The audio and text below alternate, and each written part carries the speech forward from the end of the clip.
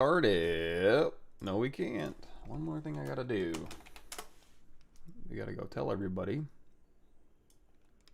that I'm streaming. So let me find, let's see, twitch.tv.pavmic. Copy. Paste. And then also my YouTube channel here. Yeah, YouTube. So we can say something like, my dog was a nightmare last night.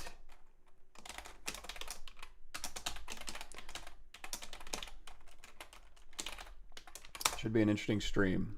And I'll go ahead and choose that emoji that suits me the best. The guy that's smiling, but he has the bead of sweat off of his brow. Nah, good enough. I'll go ahead and tweet that out. All right, now we can get started. Now everybody knows. Okay, what are we gonna make today? Let's do something a little bit different. So, okay, let's do this. Let me go in here to texture, import. I guess that's the silver lining is I may go the speed that everybody on my YouTube channel would like for me to go at, which is nice and slow. So enjoy me taking my time here. We're streaming and we're gonna go into my Turtle Power folder. I have some Krang images, so we're gonna do a little bit of Krang. In order to make something, I like to have a little bit of reference around to keep me honest. So we're gonna go ahead and scale this up. And we're going to go ahead and turn this down. And normally what I would do is go into Dynamesh and sculpt the thing and then ZRemesh it at the very end. But I think this time what we're going to do is ZRemesh it, not at the very end. I am going to, let's go hit Z to go out of Spotlight here. Meanwhile, okay, texture, import, select your image, hit this little plus sign right here, send it into Spotlight. You all know the drill. And then I'm going to turn on the floor plane so I have a little middle view. Because you can see he's a little bit off center here. So if I wanted to make him a little bit more centered, I can hit Z and I can just rotate. Is that rotate? That's quick select. Rotate is right here. So we're going to turn him to the left a little bit. Just lost my floor plane here.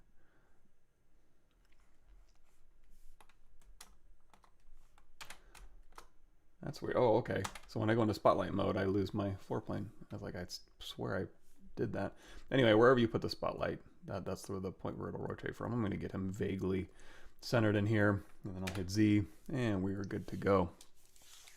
Hey, everybody.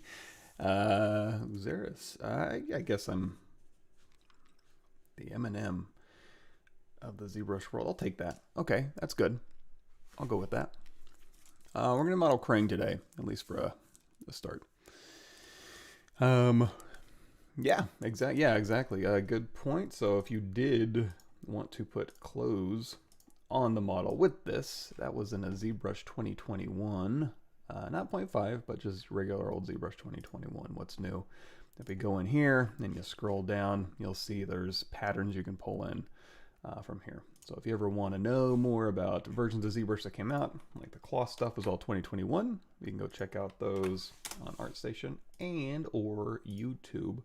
Let's just go to the playlist here. And in here, a little bit harder to navigate, but it's all on there. You can do searches in here for Spotlight, which is what we're using right now. And there you go. All the Spotlight stuff will pop right up there. Cool. Good morning, Daniel. Good morning, Alex. It's going well, minus my dog waking me up at 1:30 in the morning, and now my brain is going quick. How useful is it to integrate Houdini in your workflow as an artist, knowing that there is third-party plugins for particles and fluids, for example, RealFlow? Oh, Houdini is far more useful than that for 3D artists. If you're really smart, Houdini will do all of your work for you. I'm not that smart. But eventually, somebody will be. Guaranteed. We won't need artists for much longer. AI and machine learning is where it's at. So we got this thing here. We have X symmetry. So before Skynet takes my job, what we're going to do is we're going to go over here to make Polymesh 3D with X symmetry turned on. And just real quickly, I'm just going to do a ZRemesh half depth size down to 0 to make them nice even quads. And maybe do that a couple times. So essentially, you know, we just have a poly sphere. We don't have any capped ends. And I'm just looking for, let's go ahead and turn off align cursor to the surface, since that's how I prefer to roll. And we're going to go ahead and just make our Krang shape. Now, normally, like I said before, what I would tend to do is just Dynamesh this and then, you know, sculpt the hell out of it and then continue and then just ZRemesh at the very end. Well, we're going to take a little bit of a different approach this time. So what I'm going to do is I'm going to turn off my lazy mouse by tapping L. I like this slower pace. Just casual mic. We're going to go through here and we're going to put in a little mouth hole, a little bit of eye holes here. And you know what? This is a little bit low. So we can do Shift Z and Z. I'm going to go ahead and hit Control D to go ahead and subdivide this once. This won't be my final geometry. I'm just, you know, kind of dialing in what we need. Obviously, when we look at Krang, he's got quite an underbite, as you can see. So we're going to have to modify this a little bit here. So we're going to go out of the floor mode. Since we know we're Z forward, Y up, it's ZBrush. So we're going to go here, mask, and just kind of pull this geometry out. We're not looking for all the information to be answered here, but we are looking for the basics to be answered here. So there we go. Looking at other views, he kind of gets a little bit lumpy and chubby through here. That'll work. Okay, so we have his eye hole here, and we have his mouth hole, and that's about as much detail as I'm going to get into before we start divvying this guy up. I'll go ahead and pull this upper lip out just a little bit here. Okay. So, oh, that's another thing. So Shift Z, we're going to put this guy back, and we're going to but I don't want to have to replace him every single time in our scene. So I'm going to turn on my movie timeline show up here in the movie menu, click in here, and then go ahead and turn that back off. So now I can use my arrow keys to do all that. Okay, so we've got this. Now, he has ridges on the top of his head, but he's also got like a brainy, kind of a brainy lumps over here. So we're going to play that up a little bit here, and we're going to see if we can do it using dynamics. But first, let's go ahead and split them up. You know, like I said, there's many different ways to solve this, and in fact, if I'm going to use ZRemesher early, it doesn't mean that I'm stuck with that. I can always ZRemesh at any time, or I can ZRemesh and then clean that up. But basically what I'm looking for is, you know, let's subdivide one more time. I'm going to go in here to geometry, delete lower. So we just have this geo we're going to kind of play with. So here's our basic forms. Not real crazy, but there's a couple areas that I want to control with loops, edge loops. And that's where masking and polygroups come in. So I go Shift Z, use my arrow keys again, and right through here is where his ridges are going to be. So I'm going to go ahead and put those on a mask, and then right around down to the back. And if you've watched these before, you know I enjoy, instead of just going through here and hitting Control W and turn on polyframe here, and we'll go ahead and turn on skin shader. Instead of doing that and get an alias result, I generally like to go in here to edge loop mask border. That will kind of slice through the mask and give us a little bit of a cleaner result. It's not the cleanest. In fact, an alternative to that, if you do hit Control W, is I also like to go in here to my brush, hit the comedy key to get a little light box, go into the brushes here, and then we're going to go into smooth, and there's a smooth groups. Yep. And then you can go hold down Shift, and then you can just manually go through here and get rid of any of that aliasing, because you don't want aliasing in there, because if you're going to have aliasing and using ZRemesher, it's going to want to build that in. So that's not great. So we've got this, and now we need to start dividing his face up. So we're going to go through here, and we're going to hold down Control, and right in here for the eyeballs, we're going to go ahead. I'm going to hold down Control Alt to tap to kind of sharpen up this mask, and then Control W again. And you know what? Sometimes this will happen. I'm going to hit Control Shift to isolate that. We're going to go in here to auto groups, and then Oh, you know what? Those are still together. Well, here's another thing you do. ZModeler brush, BZM. Hold down Alt, start painting, tap Shift, and then you just paint those in. And then you can go through here and then it's kind of a weird one. And then right around here, you can hold down Control Shift, isolate just the purple ones. And again, just put in a mask. We're going to put in a little ring around this eye here. Control W, again, Alt Shift Paint. Alt Shift Paint here. There we go. And then I'm just going to yoink, put another edge ring right around here. Same thing for the mouth. That mouth hole isn't quite deep enough. Let's also just do a mirror and weld. There we go. We need a little bit more mouth bag in here. And at this point, you could be using, you didn't have to use ZRemesh and subdivide. You could just use Dynamesh for all this. Not a huge deal. So I'm gonna go through here, and again, we're building up this mouth hole here. And you know what? Let's open it up just a little bit here. Oops. Hold down Control, mask pin, mask lasso, and I'm gonna go through his jaw here, invert that, and then I'm gonna tilt his head back up here. So that way, a little more access in here. And one of the benefits of using Dynamesh would be you just keep Dynameshing and fixing this geometry, not fixing it, but giving yourself a little bit more geometry to play with. But I think we'll be okay. Now I want to make sure we got about the right amount of room between his eyes and his lips. He's pretty close. So I'm going to go one more time through here. And we're going to say Control Mask Pin right through here and right through here and all the way in the back here. I guess one of the benefits of doing it this way is you do have a little bit less geometry, so if you did need to paint your polygroups in, that's viable. But I think, yeah, here we go. So again, hold down Alt and then Shift, and then Alt to start painting, and then just tap Shift over the polygroup that you want to paint with. And then just go back in here and smooth those group borders with our smooth group border here. And then again, isolate this purple here, and let's go, maybe I want to take this ring here, Control W.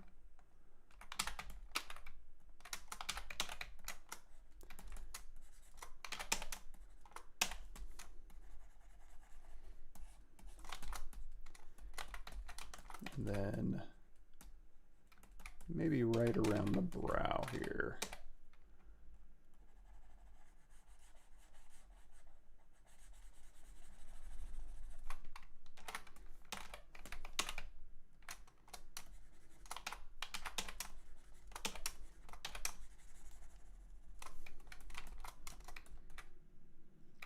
Maybe something like that.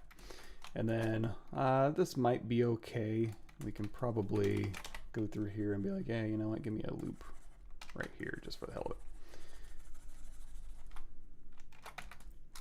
I don't know if this will work. We'll cross our fingers. All right, so we've got this guy broken up into the basic shapes we want. I think we'll have enough here to kind of play around with and start doing the brainy stuff. Close pattern on ArtStation. That was the ZBrush 2021. ZBrush 2021, what's new? And then right up here in the upper right hand corner is the playlist. And if you scroll down, you'll see here's the spotlight close pattern video number 11. We'll take you right there.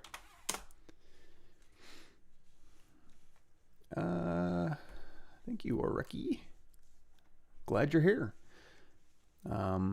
I'm not Houdini, but I got to get into it. My 3D Max Motion Builder and Substance. Yeah, there's so many things to do. John, how's it going, man? Yeah, excellent. And I don't know how I'm even awake right now. My brain's certainly not firing on all cylinders. Like, try to wake up here. Let me see. Get some water here. Okay, feeling great. You know what? The Meatwad would work too. We could do a Meatwad. You know what? Let's do that. Let's do a Meatwad and Krang mashup. we'll have both of them in one scene. I think that'll work fabulously. Hey, Dennis. You picked the wrong day to show up, man, because it's going to be a disaster for stream. If I have anything to say about it. We're going to find align cursor to surface, and what does it do? So align cursor to surface is something I always turn off. That's under Preferences, Edit, and right in here. So whenever I'm sculpting, what was it? Preferences, Edit? Align cursor to surface? It's in my custom menu, so I don't go in here very much anymore. Oh, there it is. Align cursor to surface. So basically, if you have that on and you're sculpting, your cursor's like going to be flip-flopping everywhere. I don't need to know the normal changes on an organic sculpt. Now, if I'm ever doing something with, let's go ahead and quick save. If I'm ever doing something on like a 3D surface, and it's like, oh, I need to know that this is a top plane and this is a side plane, then that's okay. I guess I don't mind it as much. But hey, man, I know where my cursor is. I know what's going to select underneath it when I'm in ZModeler, you know, so I don't need this cursor telling me what plane I'm at. So this doesn't affect anything. It'll still work as normal. I just don't need it flip-flopping around. And I think it's one of those things where occasionally you'll find some preferences in here that won't stick when you go in here to config, store config. And I think that's one of them, at least historically. So I just go in here and put that in my custom menu because I have to turn it off every day. Sometimes when I watch, I feel like I know nothing in ZBrush. If it makes me feel any better, I've forgotten more ZBrush than I know at this point. So what we were doing last time we were talking something about, oh yeah, the contact menu. Somewhere in here there's a contact, these contact points here. Back in my Eat 3D days, I did a presentation on that, or I did a video on that, and I have no recollection how that works or what those do anymore, but I'm right there with you. I don't know any ZBrush either. So we got this going, and we're going to put some brains on here. So let's go ahead and put this back in here. I hope everybody on YouTube, when this video gets posted, really enjoys the cadence I'm going at and the speed, because I feel like this is what everybody's been asking for my entire career. So we need to expand, or we need to put some brains in here, and I think what I'm going to do is use cloth dynamics. So since, I guess we can go ahead and turn this off. We're going to go in here to dynamics, and we're going to put some brains on the side real quickly. We're going to go ahead and turn off gravity. I don't want these brains to sag. And then we're going to go over here to, let's just do expand. There's expand and inflate. That might be a little bit much if we go through here. So again, if we control tap this area where all the brains are going to be, and then control shift tap that poly group here, and then control tap and unmask that area. And then now we can just run this and get some brains going. But you're going to see when we have expand and inflate, those brains just kind of pull at the side of his head. So that's not exactly what we want. Another thing we need to think about, and that's just basically turn off inflate, and I think you'll get kind of what you're going for. So you can kind of start getting some brains going. However, that's a pretty harsh line through here. You can go through and you can smooth it out, obviously. But let's do this. Let's hold down control and tap and just kind of fade that border out a little bit. And then now we can run that expand simulation and then get some brains going. Now, again, I can do expand, and I can turn that off and then do inflate. But that is going to kind of smooth them out a little bit because it's inflating. All the points are inflating in space. So what you may need to do is go in here to your inflate brush and then just inflate these things up to get those nice. So, you know, he's not a smooth brain. He's got wrinkles in his brain. Smart guy? Is Krang smart? I don't remember. I guess he had the Technodrome and he seemed to be running the show. I'm pulling from memories from 25 years ago, so I could be wrong, but you know, now we got some wrinkles going. Now, if we wanted it to be not quite that wrinkly, let's take a few IQ points off of them.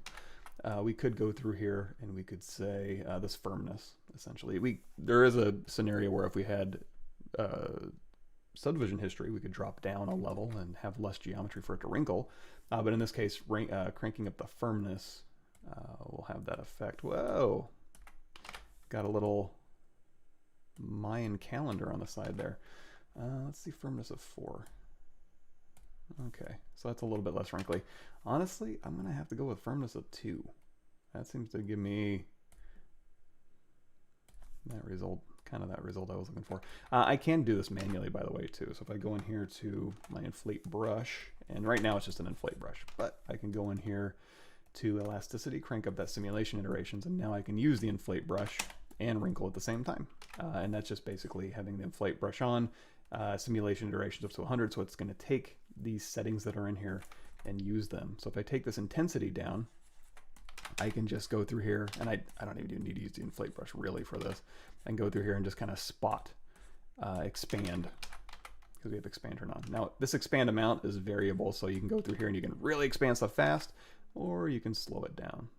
You know, you're basically slowing down the simulation here. So you can use that to your advantage here. And you can just kind of brush in some brain wrinkles if that's what you want to do. But in this instance, I think we'll be just fine just using this expand, running the simulation, and then going in here with our inflate brush with elasticity, simulation iterations turned off, and then turn that Z intensity back up. And then we have our brain wrinkles. You know what, let's do another expand. Let's just, I really need those to really kind of jump out at you. Here we go.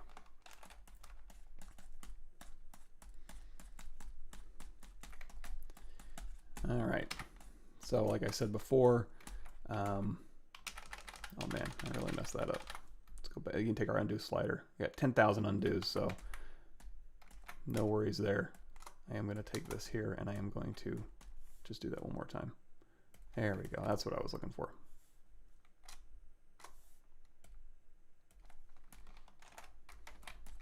And if you want to, you can also go through here and kind of, you can smooth, and there's also a contrast brush. So BC, contrast delta, contrast target. These are 2021.5 editions. Again, if you want to know more about that, we got you covered. So 2021.5 was thickness and contrast brushes. So we can click in here, click in the upper right hand corner, it'll start you right off there, video number 56, and then all of this is in there, all the demos and stuff as well. On YouTube, it's all under one playlist, 2021. I don't differentiate between the point releases. Maybe I should, though, because 2021 was a monster release, including their point releases. You know, let's kind of tone those down a little bit. So you can use the contrast brushes instead of inflate. Not really what I'm looking for, but to smooth, you can also hold down Alt with the contrast brush, and then it'll decontrast an area, aka smooth an area. So we'll go through here, and again, we'll just kind of inflate. Anyway, we got some brain wrinkles on him, big deal. So now we need to go through here, and we'll go ahead and put these ridges on his head here. I'm just going to use this as a guide. So we're going to go into our Damien standard brush. I'm going to hold down Alt, and right where he has a little ridge, I'm just going to kind of dial those in as they go back. So about here, here, here, and then I can just take those and just kind of follow them back here. And that's about as heavy as I'm going to go, because what we're going to do next is actually ZRemesh this. Now I'm starting to wonder, should I have ZRemeshed it first? And the good news is it's easy enough to do. We haven't really done much of anything yet. So now if we ZRemesh first, we're going to run into one problem, and that says we don't have the arms on here. But you know what? Let's play around with that a little bit. Let's have a little fun with that. I hope it's fun. It's actually going to be really boring and tedious, but it'll be fun for me because I get to watch you all squirm while I do it. So we're going to say ZRemesh half, depth of size up a little bit. So if you have the depth size all the way down, that's going to be a bunch of a bunch of quads. It's going to want to make all the squares even. In this case, I don't necessarily need them to be even, but I do want them to follow the edge flow. Speaking of, we want to keep our groups. However, we can turn smooth groups down to 0 because they're already pretty smooth. We manually went in and made sure they were smooth. So now we can ZRemesh this result, and that's what we get. We can keep hitting ZRemesh half and see. I always like to see how low I can possibly go. If it starts getting a little bit weird, like, hey, where'd that red one come from? Just go through here and just hold down Shift again and just assign it a different polygroup here. And I think this will work just fine. So the cool thing about this is we now have subdivision history, or we will when we start subdividing. And that'll give us more control over the cloth that we're making, those little brain wrinkles. Anything else I want to do at this point? Because we're going to end up freezing subdivisions putting arms on here. Let's talk about the arms now. So I'm going to go in here and go into my custom menu. You can go in here to BI, brush, insert, grab a BI, primitives, grab a cylinder on here, but I'm just going to pull in a cylinder. And if you pull out and then pull back, that'll go ahead and stretch them out. Go ahead and split mask point, subtool split. On this one, I am just going to go in here to Dynamesh this. When in doubt, Dynamesh it out. And then we're going to go through here. We're going to kind of twist these up. Maybe a cool, funner, easier way to do this would be using bend curve. I'm not going to do that across an axis. I'm going to turn off X symmetry.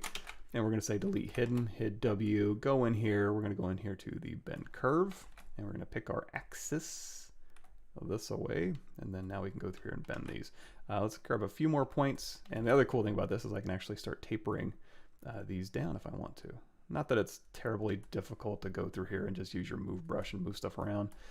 But what would I be without going in here and showing you weirdo techniques you can use to get the exact same result?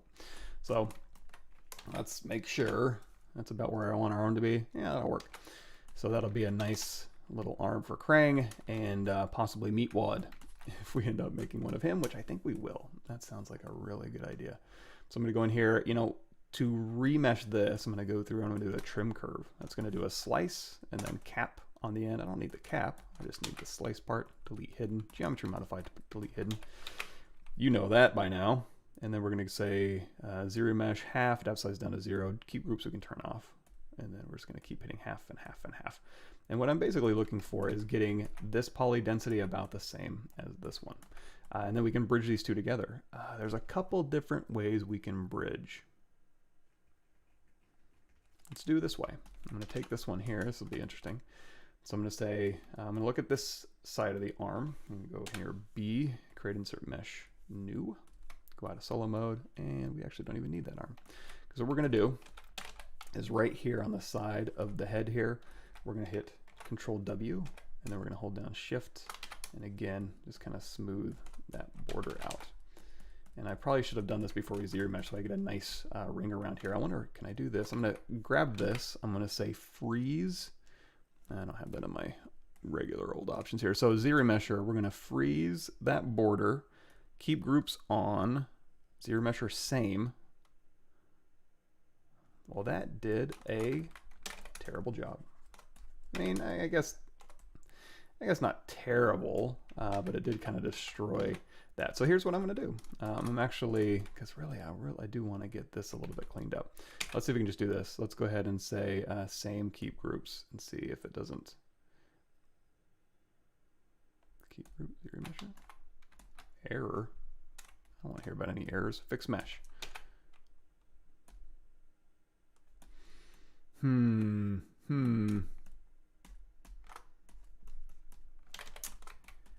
All right, here's what we're gonna do. So we've already got our arm in place. And it's not a huge deal. It's not like that geometry is gonna be a deal breaker when we start sculpting on it. But what I want to do is we're gonna go back here before I start ZRemeshing.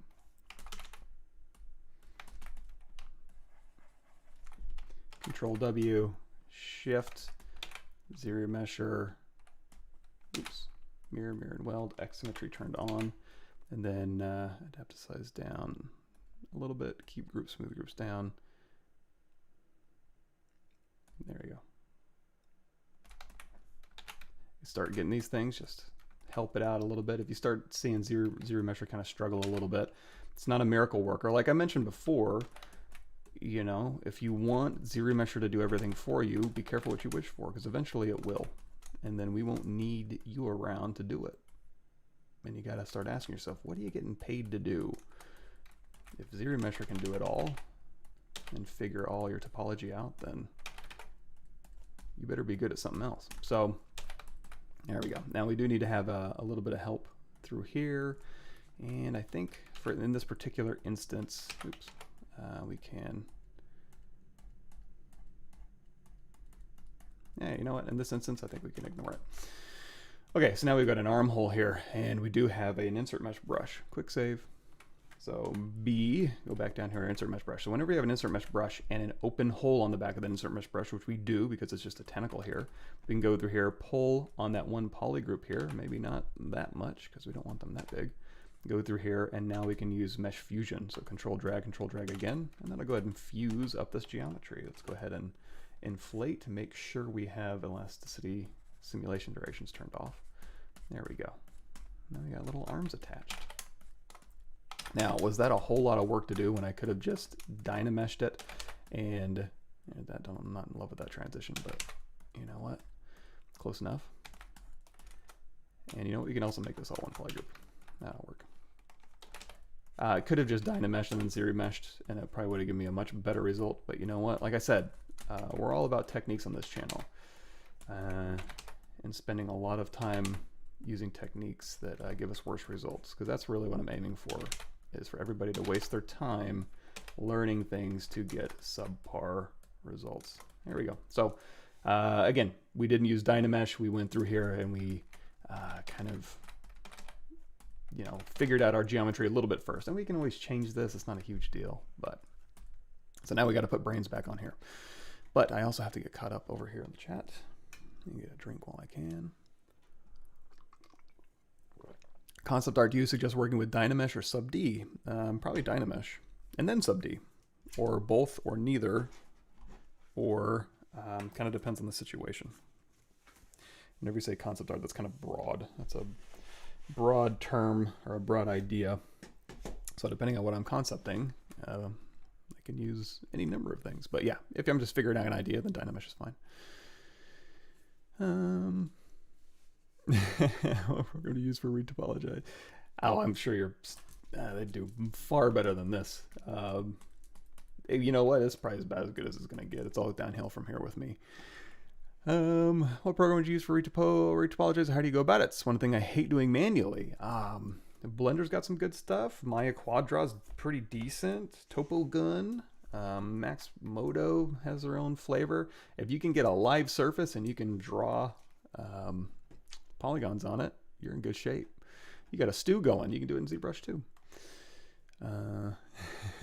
Cool. You and me both, Dennis. My Thursdays, it's starting out right. This is the high point of my Thursday. So just like my Krang sculpt's about to be, it's all downhill from here. Let's see what how did I?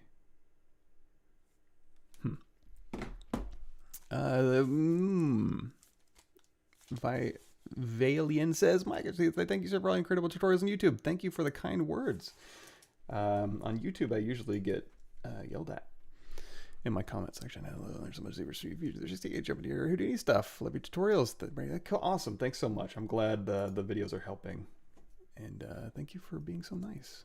Mr. Pavlovich, is it possible to paint different objects and project their paint only to a single plane for better line accuracy? So we're going to paint different objects, but then project their paint to a single plane for better line accuracy. You kind of, if I understand the question correctly, you can capture everything to a plane in like the ZBrush compositor. Here, if we go through here and you know, we'll watch this together. Basically, you can just model whatever you want, and then you can hit a button, and then it'll throw it into Substance Painter, and it'll capture all of your Polypaint and materials you want to paint, or you can throw on your materials and paint to a polyplane. Go into Marmoset and throw in textures and do wear and stuff, and it can be for any object. We use a scarab a lot, but you can do it for a whole truck if you want. You just capture the entire truck to a plane, and then go through there and add materials and lighting and all sorts of cool stuff. Take it into Photoshop. What's that program called? Yeah. So anyway, yeah, this is a good one. No look or no UV look dev might be something you might be interested in. Cool. Yesha's looking for your texturing rendering session. You're going to be holding one anytime soon. Yeah, we'll try to. If at the pace I'm moving, no, I was going to be. Yeah, we could totally get into rendering and stuff. But the fact that I've taken 34 minutes to get to this pile of goo, It's not looking good. Simulation duration tells your brush how to become a dynamic brush. Yeah, exactly. So in here under brush simulation durations, any brush. So if I want to use, I usually use a pinched brush and turn this on, and that way I can just kind of control. But we still have expand turned on. That way I can control exactly where I want that simulation to start happening. And speaking of simulations, it's called control drag or control tap, mask, invert that mask, and then now we can again turn on expand. We'll put this back up to 1, and then we'll kind of use that to expand out. And now you can see, we don't need these placeholders anymore. So now you can see, you know what, we're gonna do Krang this method, we're gonna do Meatwad another method, and y'all can pick your favorite. I'm trying to use y'all to be more inclusive, but man, I've kind of grown up in Texas, and it's always been kind of a gross word for me to use. Now, if we want more wrinkles, now here's the thing. If we want to, we can go in here to dynamic subdivision, dynamic, and then we have smooth subdiv up to 2. So it's only going to be, let's go ahead and blur that mask out. It's only really going to show you, I mean, it's only going to wrinkle the geometry at subd level 1, but we can preview it at 2. And that's not nearly enough wrinkles. So we're going to go through here, and we're going to turn off dynamic, and we're going to hit Control D. So now we have subdivision history on here. So now that we have more geometry, again, we can mask and blur that out. We can now run the simulation, and now we've got more geometry. So we only have to go up here to firmness. We can just get those wrinkles going right in here. One thing I may try is to maybe actually not even blur that out, because I can just blur it manually. I'm just trying to stay away from that middle section here. Yeah, that'll work. Go back in here to our inflate brush. Again, turn simulation iterations down to 0 because I'm just looking to inflate the geometry that's already here.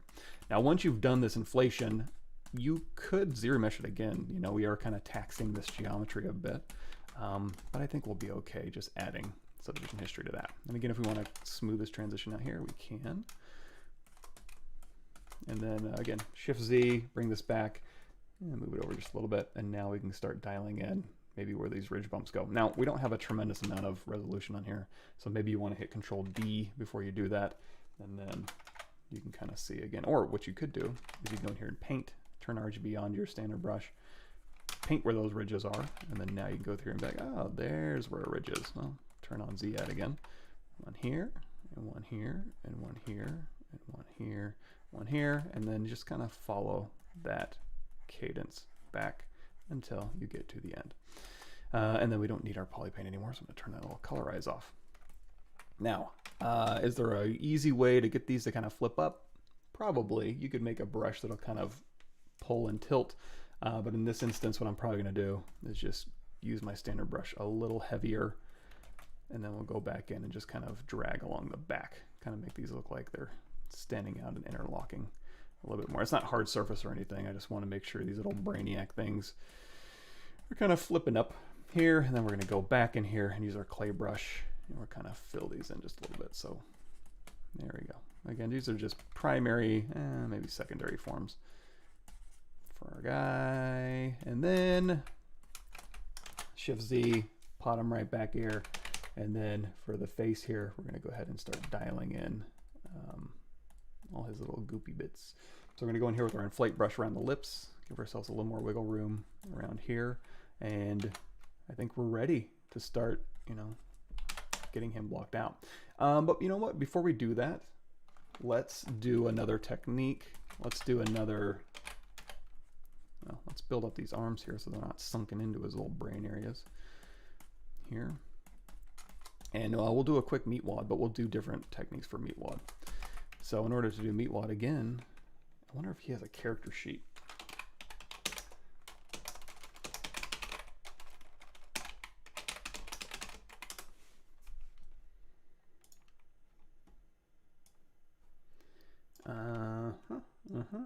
He kind of does.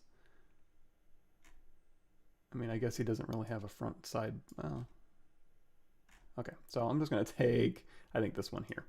So we're just going to grab this image here, save as, save image as, let's throw that right, and I'll throw it into our Krang folder. So we can go in here to texture now, import, and we will grab him. So texture here in ZBrush 2021.6.6, it's not going to move my original here, which I kind of enjoy. So we're gonna go ahead and crank this up a little bit here. And now we have Meatwad. So we're gonna go ahead and, you know what, let's do this. Let's append a sphere. And we're gonna hide our Krang for just a second here, and quick save. And then this will be our X symmetry turned on. Again, we're just gonna go, instead of doing all the fancy stuff, we're just gonna go right in here to ZRemesh and then start kind of matching this up. Now, he is gonna be flat on the bottom because he is malleable. And for the eyes here, he's kind of looking off the left, right? He's never really looking at camera. So you know what, we're gonna lean into that a little bit. I'm gonna go through here and we're just gonna punch in where these eyes are gonna go. Now you're gonna see when I start sculpting, wherever it's white and wherever it's black in the image and everything in between, it will go ahead and allow you to kind of sculpt that detail on there as well. So you can use that to your advantage. In this case, don't really need it. I'm just kind of using it to dial in where these features are. But in this case, I'm going to use Damien's standard because we can really kind of punch in exactly. And then I can go back in here with my pinch brush. That's a little Junji Ito crab creatures from the Black Lagoon. But we're going to turn off our simulation duration too. So we can just kind of pinch this.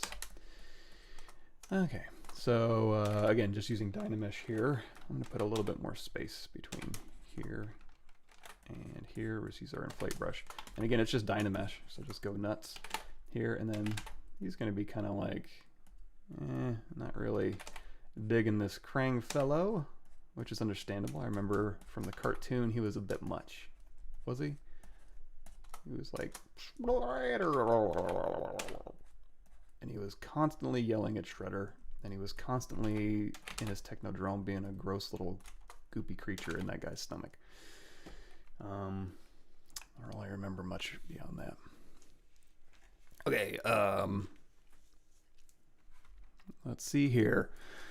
Yes, Bertram, how's it going? We're doing the Doom thing. Remind me what that was. It's been a while. Yeah, exactly. Always quick save. Quick save is actually 9 on your keyboard if you want to hit that all the time. ZRemesh replace Poly on a tool that will take what I'm imagining and put on this screen in perfect form. You and me both. Hook me up to the Matrix. And you know what? Hook me up to the Matrix, but keep me in the Matrix. I like a good steak. I don't know that I want to eat porridge with tank. I got it. If I'm being honest. What does that say about me as a person? I went through the entire... Okay, so smooth groups we can turn off. We don't need that anymore. We're just going to go through here and do smooth. Regular old smooth brush. Although my regular old smooth brush, I believe, has smooth brush modifiers. Oop, weighted smooth mode of 1. I'm going to go ahead and turn on for stronger.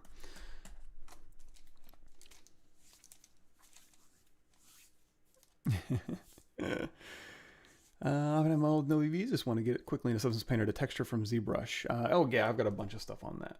That's my preferred workflow. So if you want to do it the right way, probably the closest thing I have to that is the mechanical head series right there, mechanical skull series. But if you want to do it, just do it quick.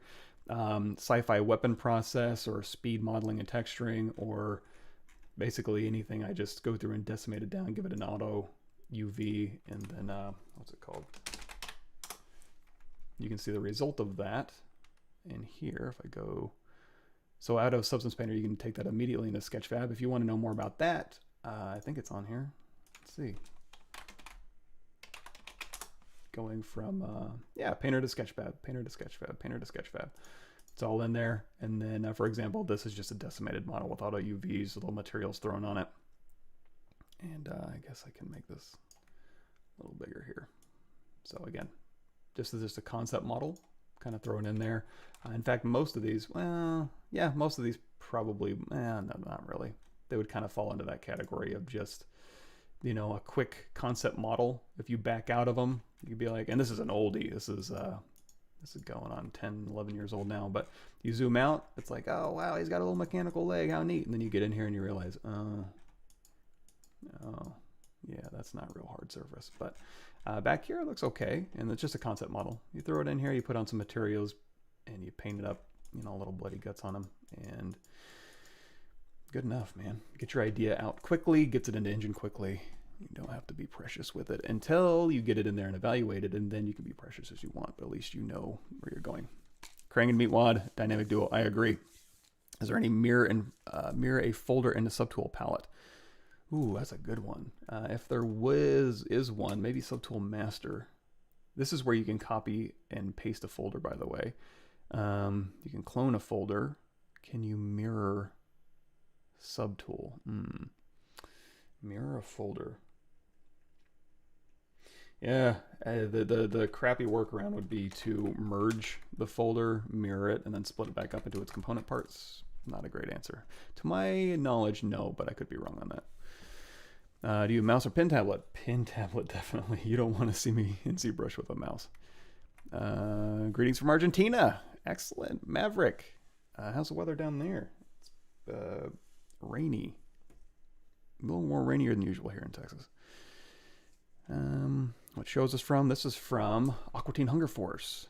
I won't do a Meatwad impression because I don't think I could do one. I do a really terrible Krang impression. If you're just joining us, you missed that. And I won't be doing it again. But now we can go through here and we can say, okay, we got these eyeballs here. You know what? Let me bring back my Meatwad. Sorry, I can't sculpt anything without reference, even something as simple as a cartoon meatball. I just cannot do it. There he is. So I'm just looking at this here. And then again, he's got his little furrowed brows. And if we want to put some eyeballs in here, we can. He does, you know, he's got a little bit of a cheek that comes up here. So we're going to kind of lean into that. We'll put a little thing here. And at some point, we may go through in ZRemesh. Just get us a nicer, more predictable surface on here to work with. But right now is not that time. And we could lean into this a little bit. We could give him like, ooh, some really chiseled features, some really humanoid anthropomorphized decisions that we could make, but I don't know that that's going to be totally necessary. I don't know if I want to go that far. Now, as far as his Meatwads, how do we put those on there? Well, first, we need some eyeballs. So let's go in here to our spheres, and we're just going to drag one in here and split that off, and he's not looking down. He can kind of be looking over at Krang. So we'll just go ahead and just kind of dial this in. We'll go ahead and center it up. And then here, we're going to control drag this over. You know what? Today is going to be one of those days where I'm just going to want to live stream for about 8 straight hours. I'm going a little insane. And I don't think it'll be a good live stream. But that seems way more fun to me right now than going back to work with my brain functioning at about 25%. Being generous to myself. And we'll go ahead and pull the face out. Now he's not going to necessarily have a draft to his face, but we want to make sure we're sculpting in the round and we're not leaving it too much out there. So now in this case, instead of, you know, going through here and like doing insert mesh brushes and stuff, all we got to do, we can turn on Sculptors Pro, brush B, snake hook, BSK, and then you can use, that's a snake hook too, but that'll work okay. And now you can literally update this geometry on the fly. So you don't have to, you know, go through, and you don't have to do this. You can turn off this and you can just kind of tax this geometry, but then just control drag to redynamesh. So I don't know what his arms are going to be doing yet. So we're going to kind of leave those alone. For the Meatwads, let's go in here to our comma key, go in here to brush. I want to say in our miscellaneous, there might be something for this. There's a spherical here. So if we go through here and we use spherical, we can actually put little spheres on here, and then of course the more you draw, the more spherical it'll be. Can you do a spray stroke? Spheres? Kinda. Not real great though. What if we, let's try the simulation iterations on a spray stroke. And then we'll go in here to expand turned on.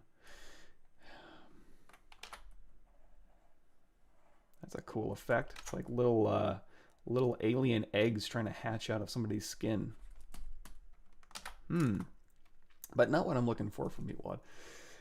Okay, I'll abandon that. Let's go ahead and turn our simulation iterations down. And we're going to go in here to our, let's say your standard brush. We'll just put on maybe this alpha. And is this on buildup?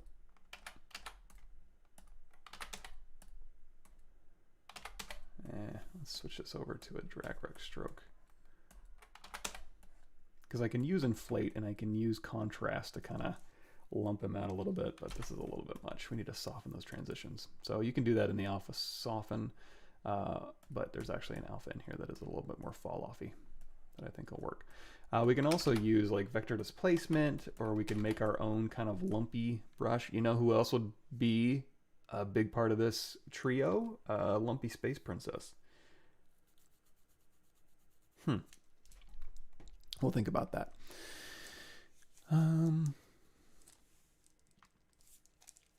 Serious. Hey Mike, how's the Threadripper? So far so good. No complaints there. If you want more workstation stuff, I do have that. So here's the updated workstation. If you're into hardware stuff, we're using the 3970X.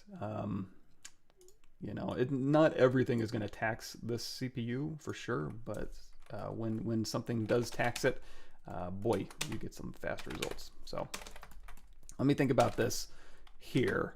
This is going to be possibly, you know what, let's go make a vector displacement alpha. So I'm going to say switch, we're going to do a quick save. And then we're going to go in here to a plane, 3D, go in here to edit mode, and we want to drop this down to just one. So go into Polymesh 3D, reconstruct back down to just a single plane here. And then if we go through here and we start subdividing, we can go through, and then again, you know, we'll go back to our brush spherical and we'll start making some Meatwads. We'll turn off spray stroke and we can just kind of start dialing in a few little like meaty areas here.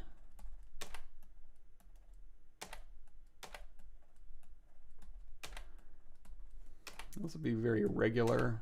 You can always break it up in the sculpt, but I'm just trying to get some quick detail there. So here's an alpha we can capture.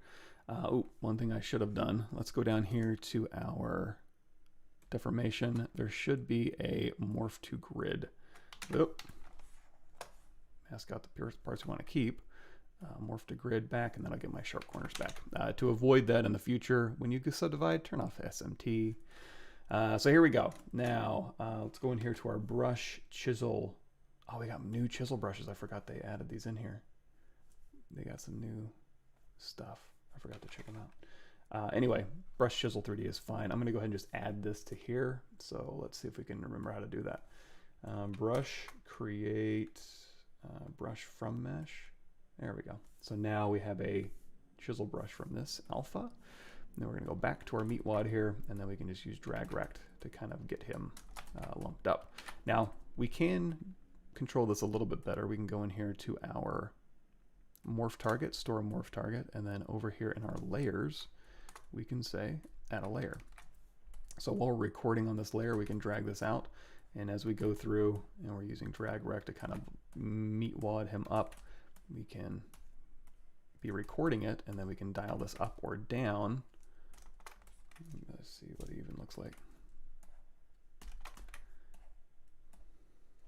You know, it's like if I get in on this face, it's like, I didn't want those there. No problem. We'll take care of that.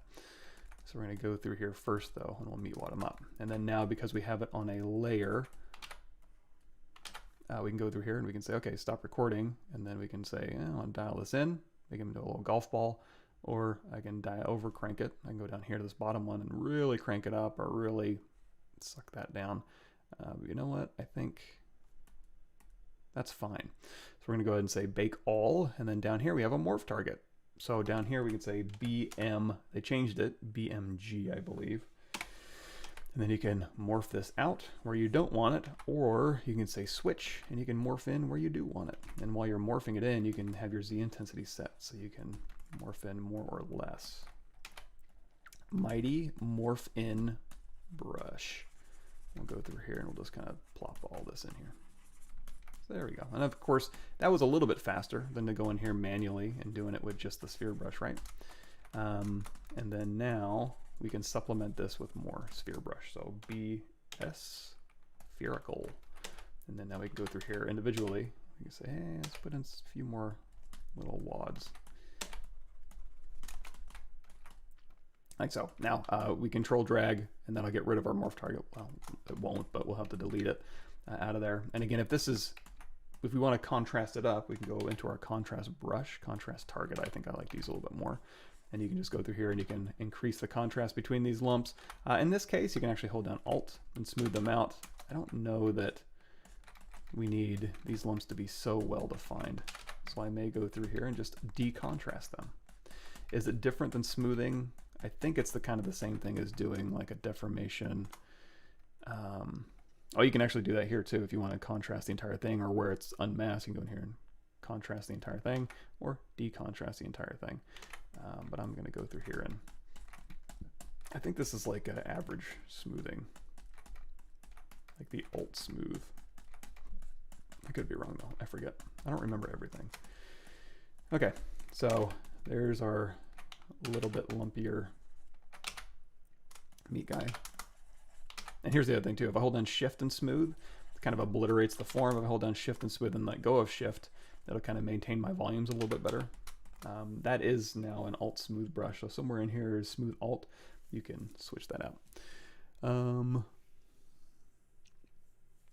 Let's see, and if I miss anything, I apologize. Someone recommended me a budget tablet for sculpting. Yeah, that'll work. You don't have to spend a ton of money for any of that. Oh, yes, is Floating Brains Cacodemon could fall into this category too. Yeah, absolutely. I get what you're saying now, Bertram. Let's do a sculpting round. You start, someone takes it, and we hand it around for hours. Absolutely. Okay, remaining light. Could you please clarify, does ZBrush render normal map somehow, or subtool could it have it assigned only for external render? Yeah, subtool, you can render in ZBrush. It's normal maps are really easy. You can just go in here and you can say create normal map. As long as you have UVs and as long as you have subdivision history, you can create a normal map. You can also create a displacement map, or if you want to do everything, you go in here to Z plugin multi-map exporter, and you can just say create your maps in here.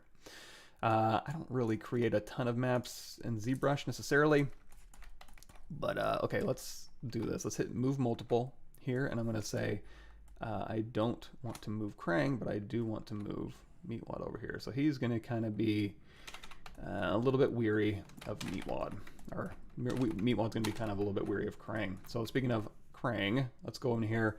I'm going to tap these eyeballs. Now let's do this. Let's go in here to insert a star. I'm going to take this plane mesh 3D, throw it to the top. If we turn on transparency, you can see it's just hanging out in the middle. I'm going to skip, turn off move multiple, scale this right down in the middle. This will be my null geometry here. I can turn on X symmetry, and then I can go in here to grab a Z sphere in here, and we'll just kind of give him some eyeballs too. So split mask points, and I'll move this below. And also another cool thing about having a null in your scene is when you save it. So I'll go ahead and say one, that'll inherit the name up here, and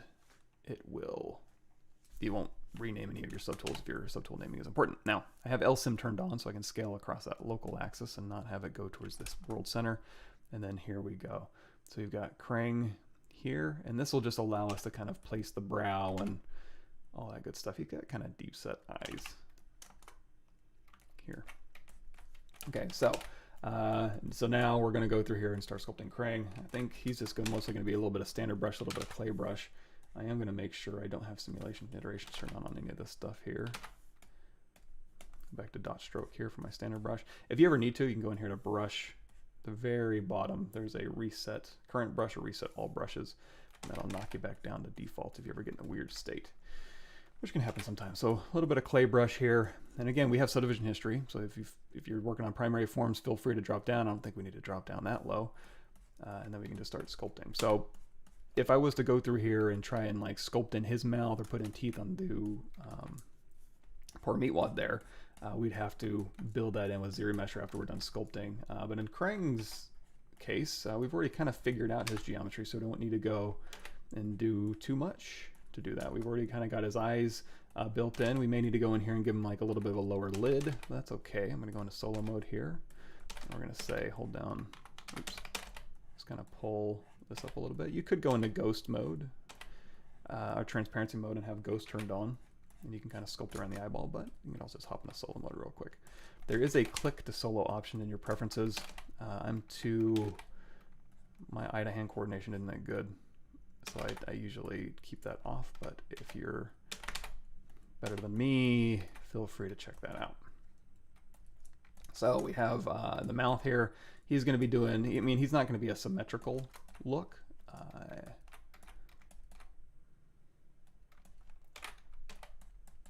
As far as like, you know, the pose that we're going to give him, but we can still kind of dial in, you know, how his lips are going to end up working. So it looks like I'm going to pull these to a point. So that's going to be your move brush with Accu turned on, curve, Accu curve turned on, and that'll pull a little bit to a sharper point. It's very useful for this type of thing. And then again, if you want to like mask, let's go back here to mask lasso. We can go yoink and then go back to our move brush here. So now we can kind of tuck these lips underneath here, and it's not Dynamesh, so we don't have to worry about like control dragging and Dynameshing and having this stuff, you know, stick together or anything like that. It's all just real geometry, so that's kind of what we're avoiding here.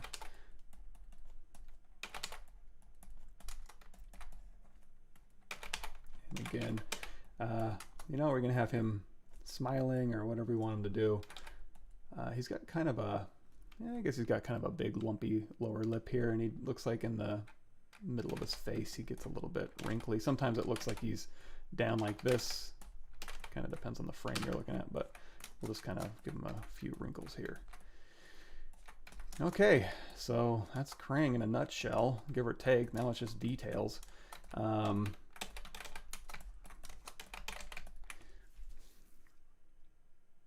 trying to think if we want to go this route. Oh, I hate when I do that. Okay, let me grab this real quick. Okay.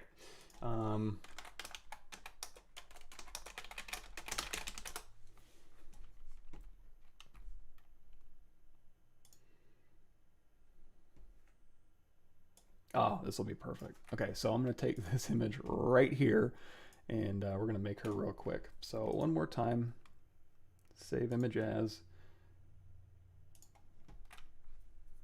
And we're going to go in here to texture, import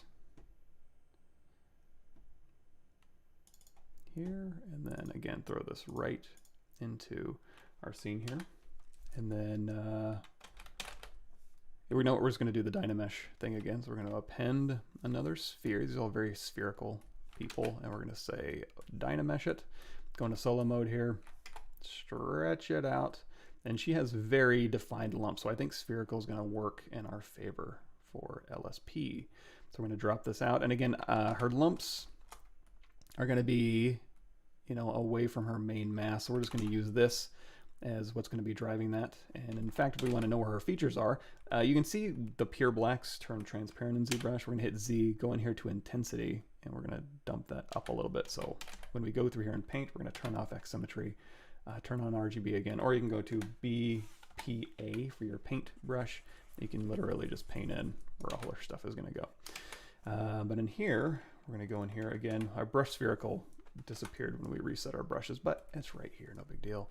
And trying to think, I'm just gonna kind of move this stuff into place here. I kind of want to indicate, I could use clip brushes, I suppose, but it's gonna be a little more organic than that.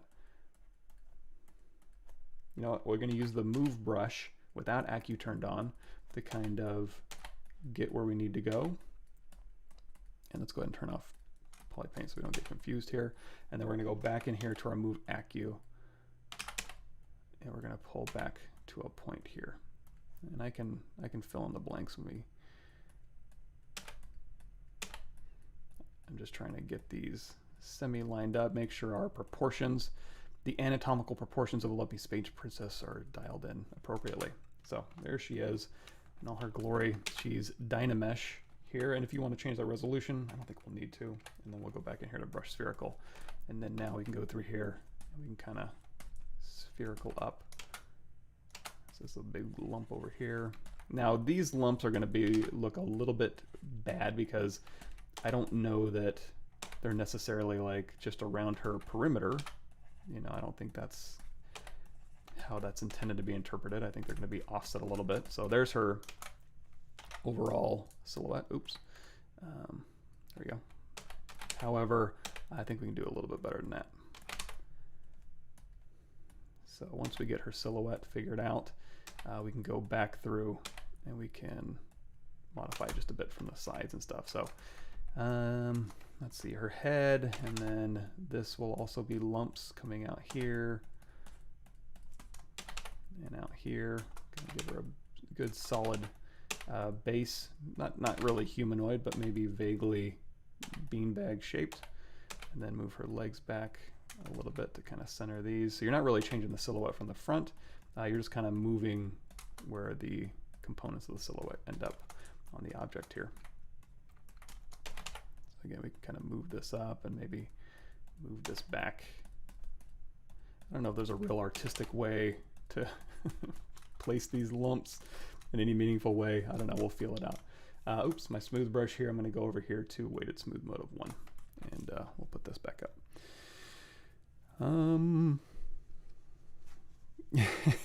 Thank you, William. I'm in love with it too. Mostly because I'm out of my mind tired right now. This is gonna be one of those things where I wake up the next day and I'm like, what in the hell was I thinking? But you know, sometimes that's fun too. So we've got our lumpy thing here. So on you know, our spherical brush, we can go back in here and, you know, we can play around with this. I'm gonna leave her front a little bit unlumpy, but her back, you know, we'll go ahead and we'll lump it up a bit.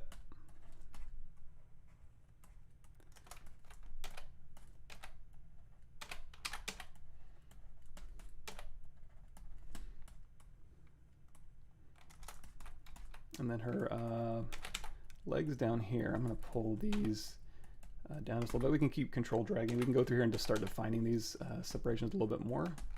You know, down here I feel like she's got like little pod, kind of vaguely pod feet. And then through here we can start, you know, we can always go back in here with our Damien standard and just start, you know, defining these lumps a little bit more. Now, translating something like this abstract shape into something 3D, ooh, it's kind of a tall order. I don't know that I'm going to do it super successfully, but we'll give it the old college try. And then we'll have our lumpy trifecta here. And but first we need to make that phone. So let's go ahead and we'll get her kind of set up here. So she's going to be faced forward just a bit. We can make a star. Now, luckily, I think for that star, we could just use the ZBrush default star. We can actually make that a little bit 3D as well. We don't have to go for that pure 2D representation. So we'll try that. We have the default polymesh star here. But where these are going to go, again, we'll just turn on RGB and then paint in where this is. Now, for the arms here, actually, I do want to kind of pull these back from view just a bit if I can here.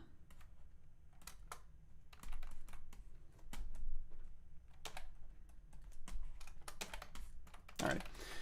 Okay, for this little noodle arm here, if I just go through here and sculpt this arm, it's just going to be kind of sitting vaguely on top of here. I don't mind that for necessarily this stuff. We can kind of go through and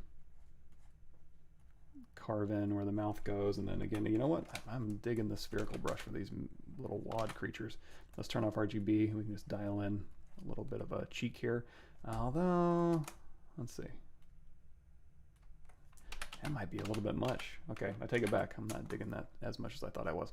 We'll go back here to our clay brush, and we'll turn off RGB, and we'll just kind of build up a little bit of a cheek here. What'd you mean when you said whiskey was... Oh, I suppose I was. Thank you. Coffee delivery. Just what I needed. So we got the little cheek in here, and then we'll go ahead and tighten up those. And then right in here, we'll put a little divot. So standard brush, Z-add on. Put a little divot where these eyeballs need to go. And then now we don't really need our polypaint anymore. Actually, we do. Okay, let's quick save. Go out of edit mode.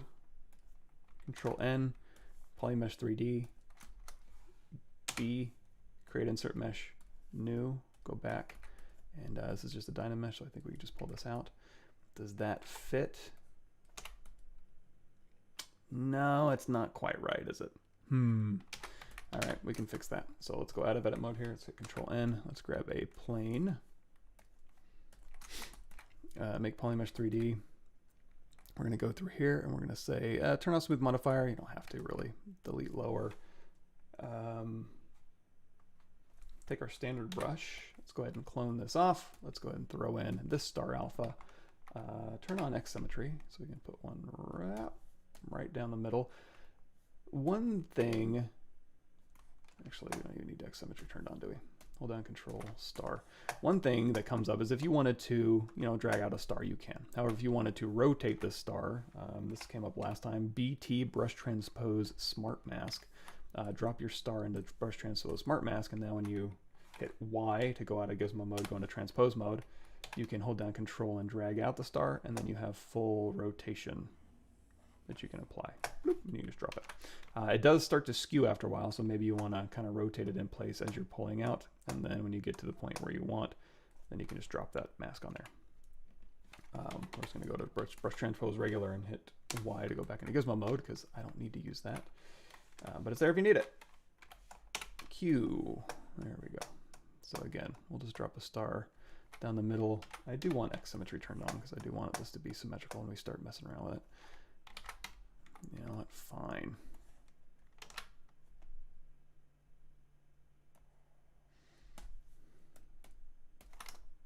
Drag rect. There we go. And then focal shift down to -100.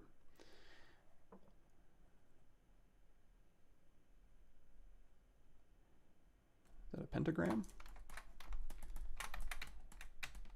1, 2, 3, 4, 5. 1, 2, 3, 4, 5. Okay, I think this will work. So through here again, we're going to go down here to edge loop, mask border, isolate this one, delete hidden. You know what? We could have also have used shadow box for this too. Let's really quickly go through here though. And again, I'm going to kind of help ZRemesh out. I'm going to pull these out to slightly better corners here. And then we're going to go in here to ZRemesh half, dot size down to 0. Same. No way, buddy. Okay. Let's do this the old-fashioned way.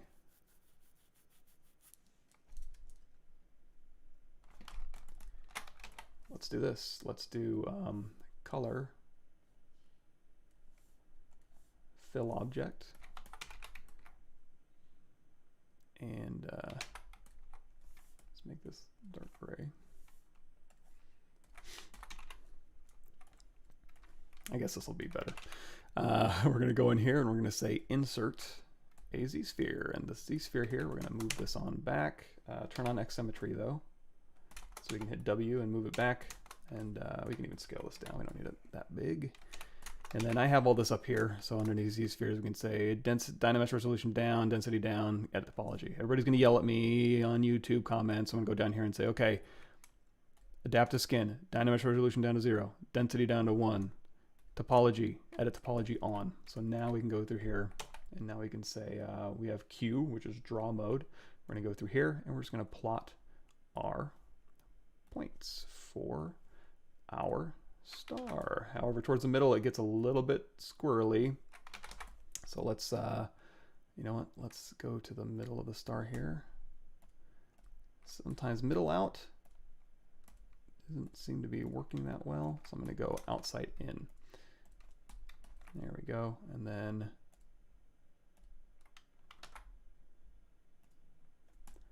you know what, fine, we'll go here to here and then here to here. So we can go through and we can plot out our geometry. And then if we want, think. I could go through here and start pulling these points out or in, but I think we may need another point through here. So we're going to say U, and U. Get a point, and then we'll delete these midpoints here. So we've got some points in here, and then I'm just going to bridge these points through here.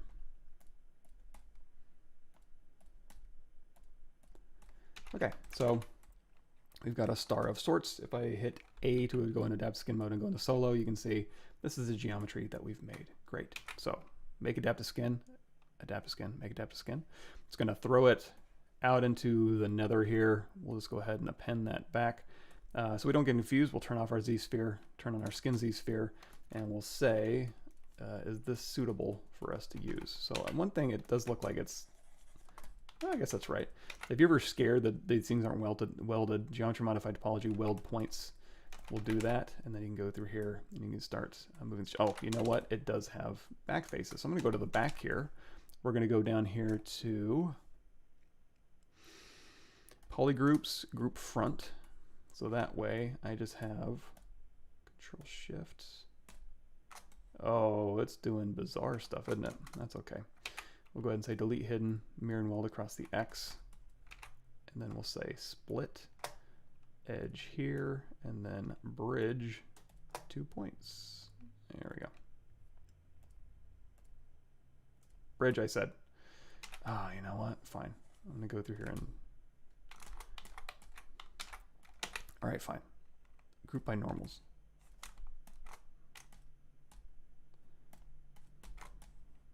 What in the world is it doing? Let's try this. Let's go here. So sometimes these spheres, when they don't have enough, you know what? Let's figure this out. Let's go grab the skin Z-sphere. Let's delete it, everything. If they don't have enough information, sometimes they can do something a little bit weird. So I'm going to take the Z-sphere here, and we're going to go back into draw mode. Oops, turn off adaptive skin. We're going to go through here and just add some geometry here.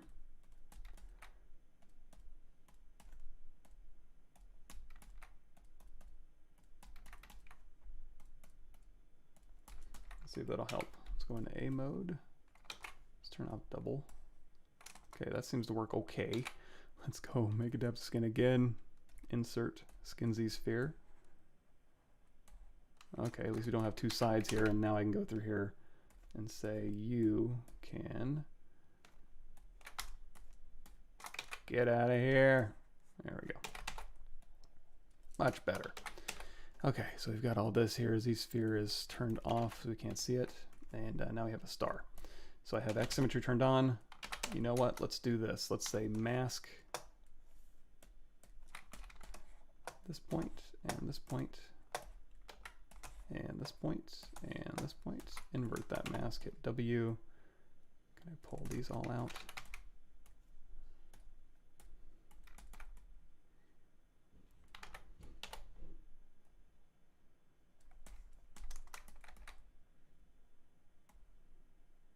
Yeah, and then we want these to kind of fall back a little bit. As you can tell, I'm not real great at like problem solving for geometric shapes. Oh, you know what I could have done? Down here under initialize, I'm so stupid. Okay, good. There is no initialize because it's a poly mesh. Thank God. There's probably a more elegant way to go about what I just did, but if there was an initialize where I could just dial in the number of these, probably would have been a lot better. Anyway, there's our star. Let's go ahead and, I don't know if it'll close holes appropriately. I kind of did. We'll do a quick mirror and weld. And I'm going to give this a little bit of thickness here. So we're going to say Q mesh polygroup all. We'll just pull this on back. There we go. So now I'm going to put this right side up. And we're going to say, you know what, let's do this. Let's see how this is going to turn out. If I go through here and I say crease PG, actually no, crease PG is fine, but also we need to do a crease tolerance here to keep all our hard edges. And then we're going to say crease level of say 3, smooth subdiv of 4. Does that melt it too much? Do we need control loops? My sources say yes. So let's go in here. Let's say crease edge here, here, and here.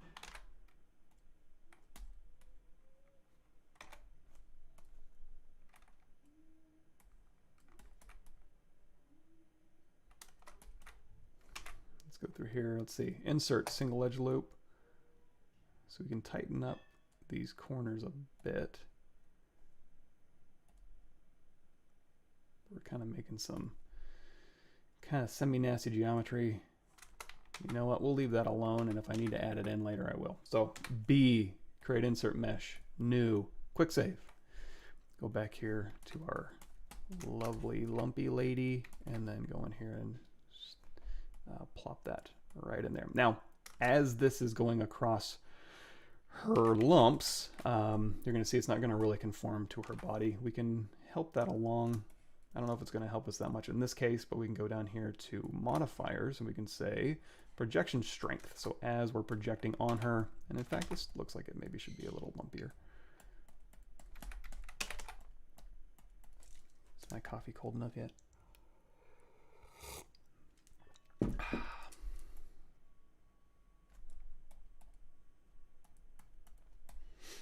Feeling like I'm not doing her lumps enough justice here. Okay, so this here, and then we're gonna kind of go back to our star brush here, pop this in, and then as we do that, it will start conforming to her underlying lumps. Again, probably not great for the overall shape of this star, but we'll make do. Maybe a little bit manually, we'll go back in here and maybe poke this out a little bit more so we can kind of smooth these transitions out. Help it along here a little bit. Okay, and then we'll do a quick split mask points, and then now we're into the arms. Turn off Krang here. Now we're into the arm section. So again, I don't want to just sculpt the arm on here. I just want to have a tube on here. A couple different ways we can make tubes. I guess one easy way would be a brush curve tube. Surprise, surprise. So we can go through here and just literally just put in a tube. This tube never really snaps appropriately. I don't know what it is, the deal with this thing. It should work in theory. All the, you know, it's got, oh, snap isn't turned on. Yeah, still doesn't work. I have a custom brush in here underneath military. All it is a tripart brush with a cylinder, and it works much better, much better. Where's that at though? I gotta know my ABCs to get that. I put them all at the end here, I forgot. ZBrush military. And then we're gonna go in here to our simple tube, and then that's literally just gonna put a tube right through here. I can modify this to be longer or not longer, and we're good to go. So we're gonna go ahead and just tap anywhere to get rid of that curve, delete, yep, not delete hidden, split mask points into its own thing, and then we can start making these hands. The fingers might be a little bit tricky, but I'm not gonna overthink it. I'm probably just gonna sculpt that in. So we can hit Control D to subdivide. I am gonna Dynamesh this together eventually, but we'll go in here to inflate, and we'll kind of match that here, and then let's go ahead and pull forward here. So that's kind of her little shoulder going into here, and then for the arm itself, we'll kind of pull this out a little bit here. So she's gonna have kind of like her arm kind of away from her body here. And you know what? We can always pose this back and match later. So what I'm going to do is I'm going to over extend the arm out just a little bit here. So just the shoulder attachment is going to go into her body. And then when we Dynamesh this together in ZRemesh, we can pose this arm out. No big deal. Fingers, I'm just going to sculpt in. For the other hand, we're going to go through here. And again, brush, curve tube, and just... oops, let's alt tap the, oh, this arm has subdivision history. Fine, delete lower. Yoink. Here's our tube arm again. Shift Z, I'm gonna tap off, go ahead and push this back, go ahead and say split mask points. So now she has a right arm and a left arm. Go ahead and position these where they should go. It looks like her arm kind of is behind this lump. I guess we'll play that up. Clay brush here.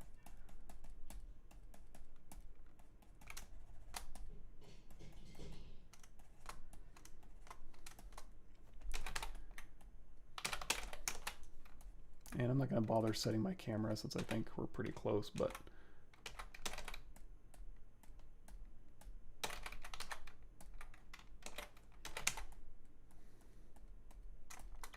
and then we need to make this phone. This should be pretty easy. Let's go ahead and do a quick save. We're gonna just box model this one real quick. But first, let's have some coffee. Is it possible to render low poly model with normal map inside of ZBrush? No, not to my knowledge. What software do you prefer using when creating hair? XGen, I guess. Fiber mesh. Depends on what kind of hair I'm making.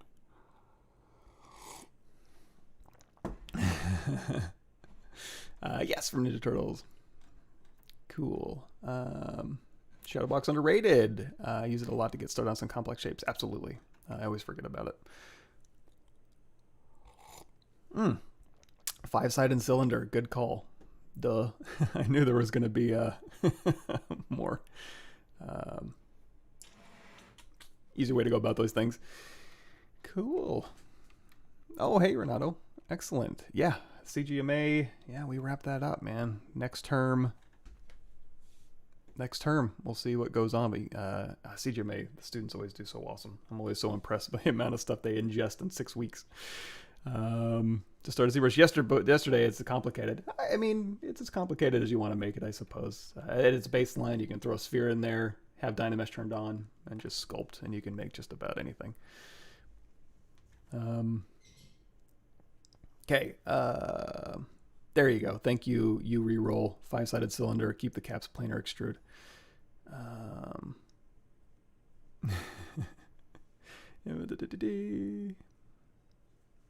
Cool. Import external OBJ to project on the mesh like you did with the star. Its orientation is always messed up. You can just drag upside down. Insert mesh 3 fingers, cylinders, and round them up for the fingers. Yes. And you know what? We could do that. So basically, you would kind of have to do the same thing we're doing for the arm. So if we wanted to, you could Boolean this, I suppose, but we can go through here and do actually probably a cube or cylinder, but we can take a cube here, go through and just flatten these out, but I'm going to kind of skew them a bit. So we can go through here, and then we can just say, you know what, just Dynamesh this result, and then we can ZRemesh this result here. And then we just put the fingers back. Just kind of pose the fingers back. Let's go through here and inflate a bit. And then if we want to pose them back, we can hit W and then Control drag out, and then through here.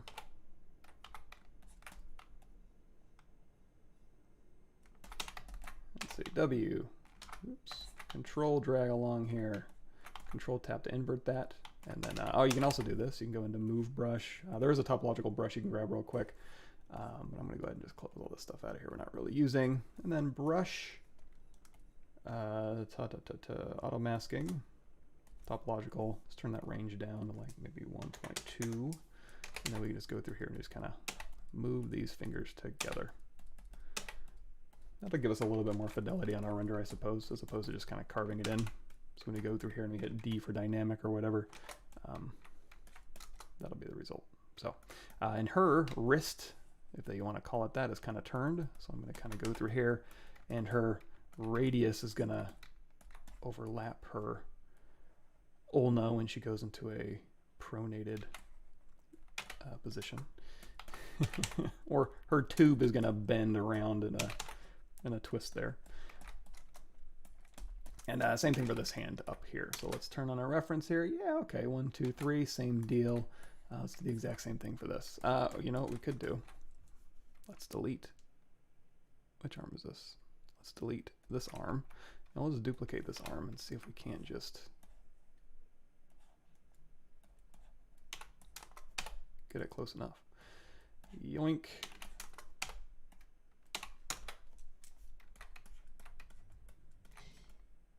And then, let's see here.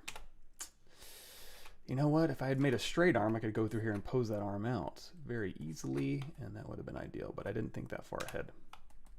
As you can tell from my star dilemma, thinking is not my strong suit at the moment. So we got this here, and you know what? I'm not going to fight this. I'm just going to kind of pull this in, and again, we're going to hit W and then Control drag out.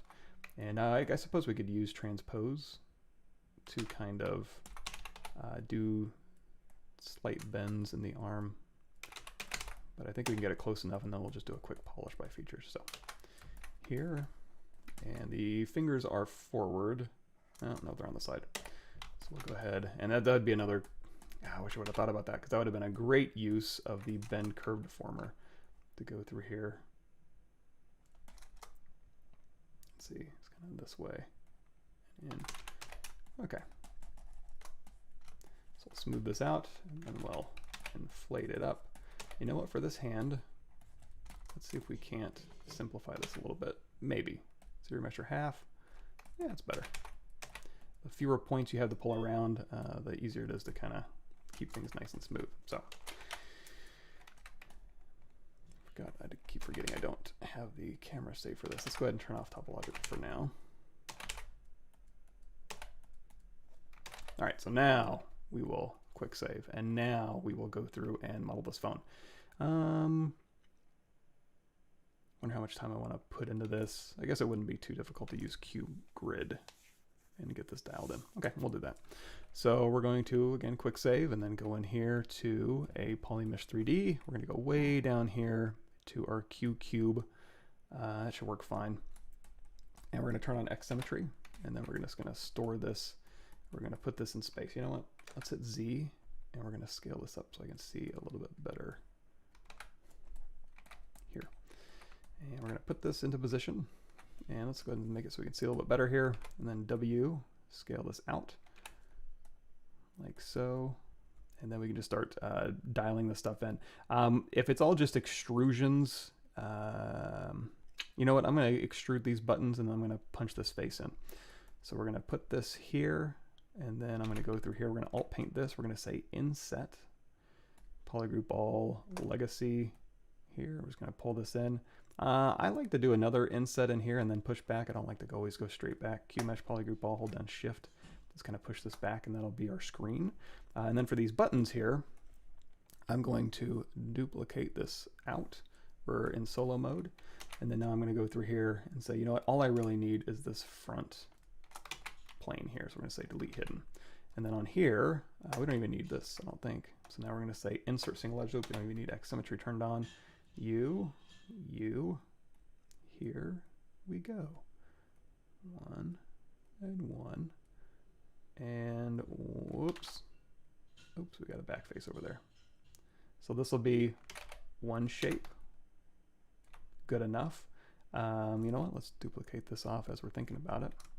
Isolate this, delete hidden, and then back here to this one.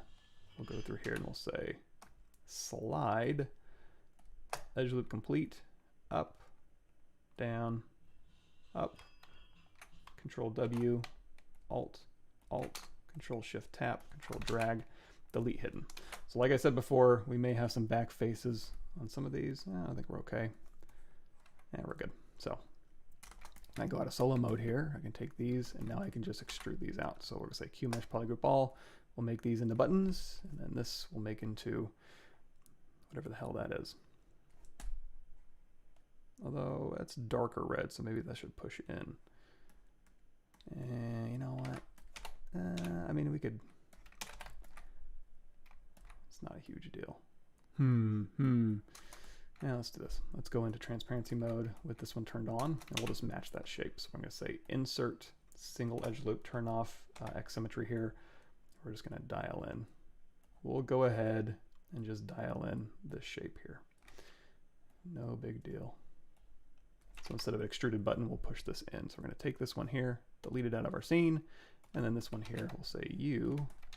And then again, I like to do a quick inset here. Legacy. Yes. Here, because I'm not worried about equidistant or anything like that. And then do a QMesh polygroup all, hold down shift. And now on these corners, oops, not polygroup all, because it didn't do this. So whenever you're doing an inset, it might be prudent to hit Alt, so you get a new polygroup here. And then we can go through here and we can say QMesh this back. And then through here, I'm going to go through and we're going to say bridge 2 points just to get these corners a little bit better. And then we'll even simplify this a little bit more. We'll just say collapse edge. U, U, U, U. Oops, U. There we go. And if you want to, you could even say delete edge. U and U. And I suppose if you really wanted to as well, you could go through and clean this up even more. You don't need these extraneous polygroups or control loops, but if we're just going to use QMesh for this anyways, we'll see if it matters. So I'm going to go down here to geometry, turn on dynamic. This is smooth, so we can go through here, and you could go through and like crease if you wanted to. In this instance, what I'm going to do, instead of creasing, I'm just going to use QGrid. So we're going to crank up our QGrid here, and we'll go back here. And we're going to use, you can do a bevel or a chamfer. I think we'll stick with chamfer just to get a nice rounded form, and you can change the coverage. Oops. You can change the coverage here to kind of dial that in. Let's turn smooth subdiv up to 1. QGrid. You can keep it fairly sharp. And that'll be our phone here. And then we've got our buttons here. Same thing for the buttons. We can go through here. Oops. Here. And instead of going through here and doing a dynamic and smooth and stuff, we'll just turn on a smooth subdiv of 1. Change QGrid up. Chamfer, give them nice rounded buttons here, and we'll kind of push these back just a tiny bit. So this can actually, I mean, I think the settings are probably the same for these, so we'll just go ahead and merge this. We'll hit Control W, and then Control E, and then we can say quick save, brush, create insert mesh, new, and then we'll go back to our lumpy. We could just append this to our scene, but if you wanted to, you could go through here and then you could just dial in this phone here and then go ahead and say split mask points, and then you would go back in here, turn on dynamic, and again just smooth subdiv of 1, QGrid up, chamfer, and then change the coverage to your liking. Although one thing we do need to do, we put in an inset for that screen, but one thing we need to add to this is a tapered rounded cylinder. So we'll go in here and we're just going to take this cylinder here and we'll kind of go in here to split mask points. On this one we definitely don't want QGrid, so we're going to say QGrid down to 0. I'm going to go ahead and say crease here, and then on the top here we're going to say Control Shift, grab the top off, geometry modify topology, delete hidden, close convex hole, and we'll just kind of pull out to a kind of a rounded form here. We can go ahead and hit Control W, so we can do a crease PG at any point if we wanted to. Kind of a nice little bullet shape, and in fact this top should probably be a little more stunted than it is. So now when you hit D for dynamic, we'll say crease level of 2, smooth subdiv of 3. That'll be our shape. Maybe smooth subdiv of 4. There we go. And we'll hit Z, and you know, let's do this. I'm going to use the exact same camera for this. Push this into place. So now we can use Krang's camera for her. So Z to turn that off, Q, Alt tap her arm here, and we'll just kind of dial in her positions a little bit more. Here's the phone. The phone we want to move together, so we're going to hit W, move multiple, Control Shift drag, and then Control Shift tap, tap, W, and then we can just move this phone and scale it all into place. It's actually surprisingly on point. We'll take that as a win. There we go, and then turn off move multiple here.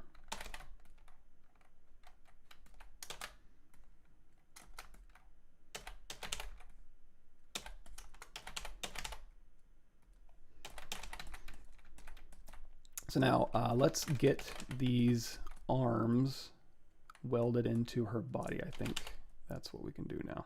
So I'm going to go ahead and again give her a little bit of draft to her face. Not a ton, but just enough to kind of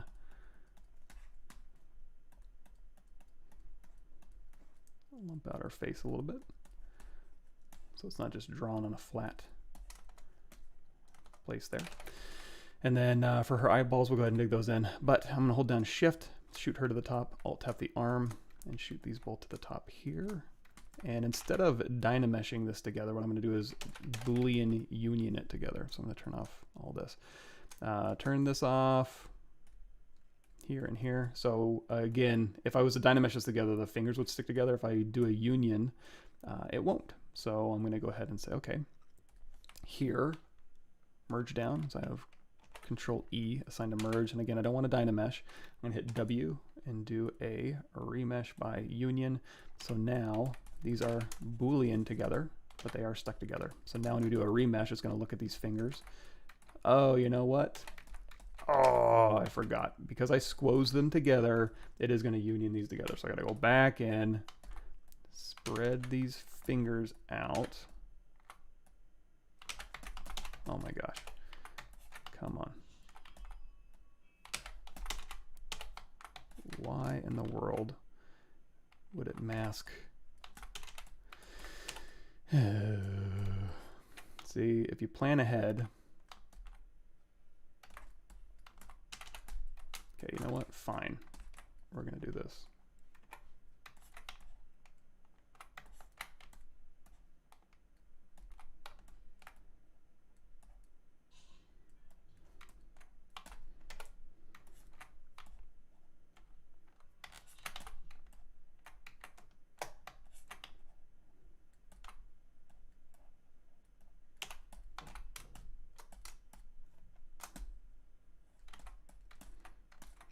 Okay, and then go out of solo mode.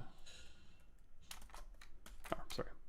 Click back through here, and then same thing for these ones. Control drag up, and then go in here, spread this finger out, and then control drag this up, spread this finger out. Maybe even smooth so they're very far apart. And then now, when I ZRemesh her, she'll be all one piece. She'll be nicely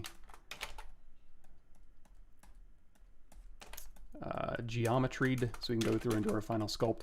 And you don't have to worry about dynameshing your fingers about it. So again, remesh by union.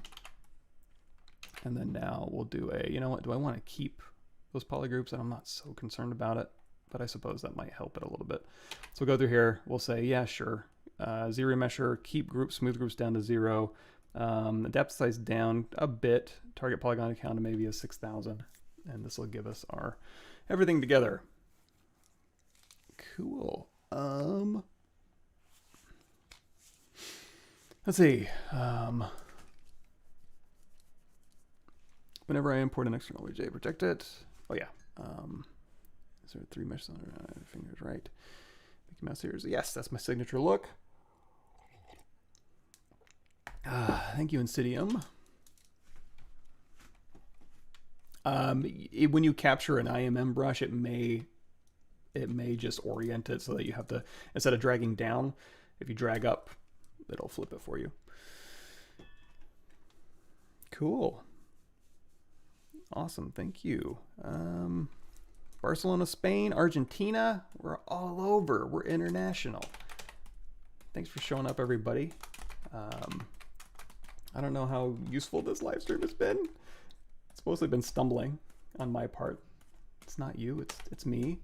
But you know what? We're getting there. And there, we have some decent geometry for Lumpy Space Princess. So now we can go ahead and hit Control D to start subdividing. Shift C to bring this back. We'll put her right back on here. We'll go back in and add her features on here. Let's go ahead and Control D one more time so we can paint her features on there. There we go. And then again, go right back in here. Let's smooth this out a little bit. I'm going to go to clay brush with RGB turned off. I'm going to make her face. If you turn off Shift or hold down Shift and turn off RGB, you can smooth without touching the Polypaint here. And we have polygroups for the arms, so we can always get those out of the way while we're working. So going through here, we got our face dialed in. We're going to go into Damien Standard, and we're just going to put that mouth. We're not going to put a mouth bag, kind of like Meatwad. We're not going to deal with that. We're just going to kind of put in some concerned eyebrows. Turn Z-Add back on for these. And then a little divot for her eyeball that is going to be a separate piece of geo now. So BI brush insert, or we can go back to our null here, and we can say, I'm just going to grab our trusty sphere 16. These are going to be small, so sphere 8 is probably fine. Go ahead and drag this one in. We have X symmetry turned on, not useful. So now when I drag these out, if I want to be the same size, just hold down Control and snap it to the brush size here. And you know what, we'll go ahead and, even though they are just going to be painted black, I might as well orient them a little closer than what they should be, and I can Control drag out this one, or I can just hold down Control when I use my IMM brush, and then I'll go ahead and I can always inflate these as well. So I'll go ahead and say split mask points. Oh, nope, those are fine. Let's go into solo mode, and we're going to say, there we go, split hidden. And now if we hit D for dynamic on these ones here, we can go through, and again, at any point we can go through and inflate and deflate as needed. But for her, let's go ahead and turn these back on here. We'll go ahead and turn off this. And I just want to make sure that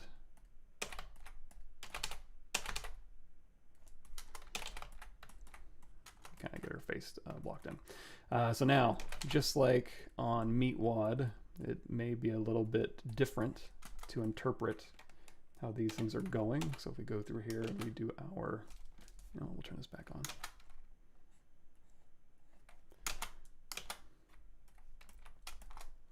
Doing this type of thing. Spherical seemed like a little bit much. I'm just gonna do a little bit of clay brush here and then smooth it back in.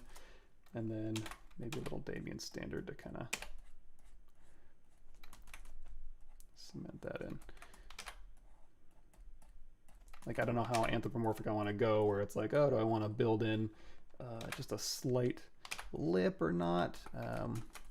We'll play with that.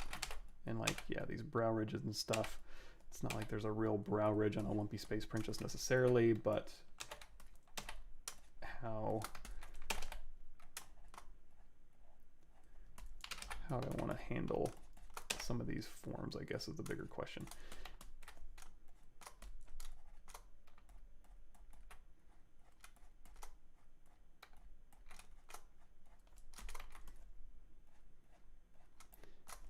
It's like I don't want eye bags necessarily, but I do want some sort of geometry to kind of cup the eyes here. So we'll kind of feather that out just a little bit and then use our move brush to kind of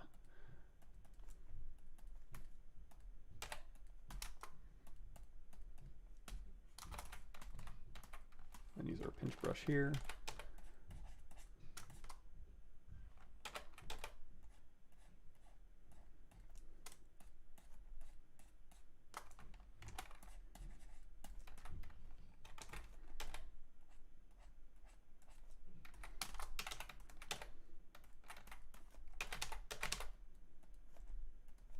Maybe use a little bit of inflate.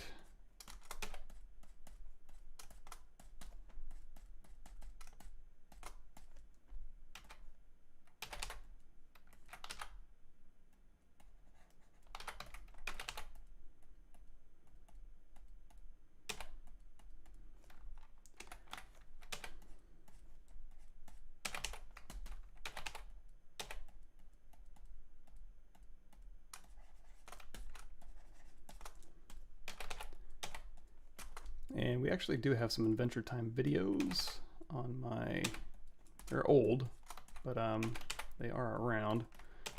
Boy, this eye is, let me pop this eye out a little bit more.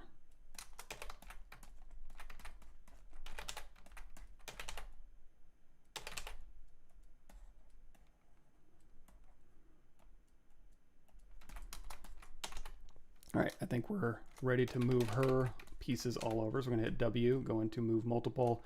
We're gonna grab all of her pieces. We'll get rid of Krang. Go ahead and reset this so we can move her to the left. Oh, we don't want to bring Krang's eyeballs with us. There we go. So we got our trio here. I think we're looking pretty good. So let's talk about finishing these up.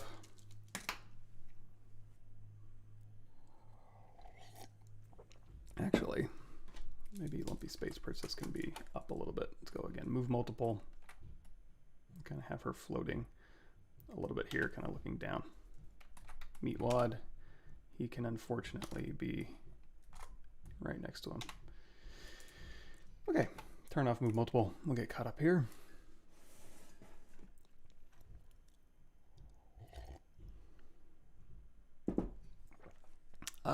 Been doing a portrait where kind of had a Dynamesh the whole time. Even when detailing now, is there a way for me to preserve details but get better division? Yeah, basically anytime I do anything, it's kind of like what we did here, where it's, or in your case, if you're doing a portrait, you could take a base head mesh and then Z-wrap it. But essentially, yeah, you have Dynamesh turned on, and then you control tap to store history, and then you ZRemesh it or bring in your own geometry if you want to, and then you can use project history to get your details back with subdivisions, so you don't have to deal with a non-subdivided mesh for portraiture. Belgium, all over the place. I need to go traveling again. Is coronavirus over yet? Cool, thank you, Leroy. Have you ever used ZBrush for architectural type modeling, or would you use something like Maya for that? No, I use ZBrush for everything. Why would I want to be bored and be in 3D Studio Max typing in numbers? So here's one. That's actually the office I'm in right now. So before I went through and I bought a bunch of, I haven't actually put them up yet, but I do have a bunch of wall sound dampeners, and I got a 3D printer set up. So determining like where these things go in my room, and also where I want to place all my computers, since I have 1, 2, 3, 4, 5 computers in here. You know, finding out where all these things need to go. So using transpose line to go through and use that as my measuring tool, because you could set that to units. I'm a dumb American, so those are set to inches. But also all the things I was looking for that I was going to buy are all in inches as well. So it's not entirely my fault. But yeah, basically there's my green screen, which you guys can't see because it's transparent. But my green screen, and here's my little pad for my rolly wheels, and then here's my different computers. I even modeled in the different types of computers they are just for fun. Went into Fusion 360, went to GrabCAD and grabbed my, that's not the chair I have anymore. I have a steel case now, but this is my older Herman Miller chair. These are the window flaps blinds that are next to me. The lamp I have in here. So I got all my component pieces modeled out quickly. And then I was able to move things around and kind of play interior decorator and see, you know, what was going to fit where, and if I had to buy something, where the, you know, where the electrical outlets were, how I could move things around so they wouldn't block doors, and yeah, so definitely. But I mean, seriously, if you're doing like a modular set piece or something, then yeah, I probably would model that in Max Maya.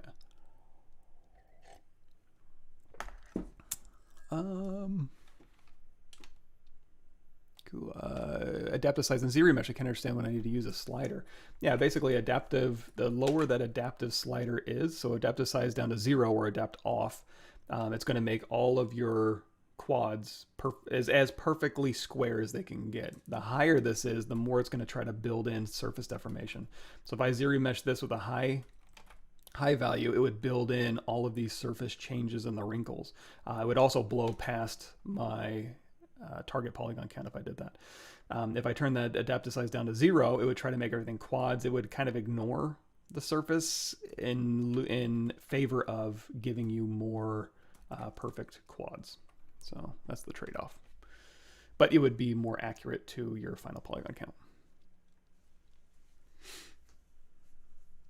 Keystroke overlay, so we can see what keys you're hitting when you go Magic Mike mode. Yeah, find me a good one and I'll load it up. I'm super lazy. You got to remember, I'm a terrible streamer and I'm super lazy. People have sent me those before and I always never install them, or I install them and forget about them. Yeah, if you guys know a good one, just let me know. I use a Zio keyboard. They light up because I'm an old man. Image on the mesh was just Spotlight. You can just paint through Spotlight onto your mesh behind.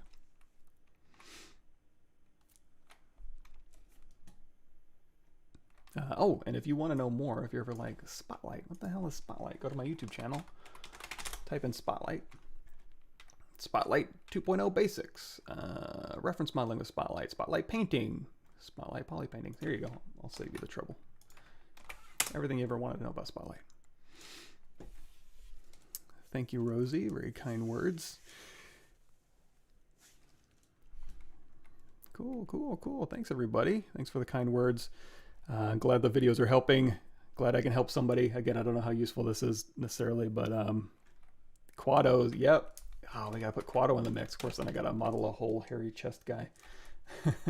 Have him hanging around. But anyway, we got our lineup here. We can go through. Okay, back to what we were doing originally. So this part should go fast. You know, the block out is sometimes most of the work, and then from this point it's just kind of dialing in the details. So in this case, you know, let's go to the star here, and we'll go through here and we'll do our dynamic, crease level of 2, smooth div of 3, maybe smooth div of 4, kind of smooth that down a little bit here, and then always try to use dynamic when you can. Of course, when you're sculpting organic stuff, not going to be that useful, but let's go in here to our inflate brush. Again, dynamics off with the inflate brush, unless let's go in here to our dynamics. We still have expand turned on, so if we did want to, we could try going here elasticity. Now we have a lot of geometry now. It's up to 174,000.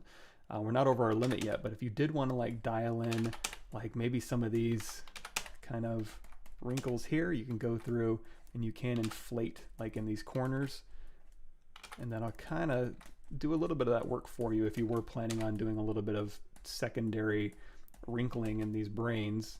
You can let inflate with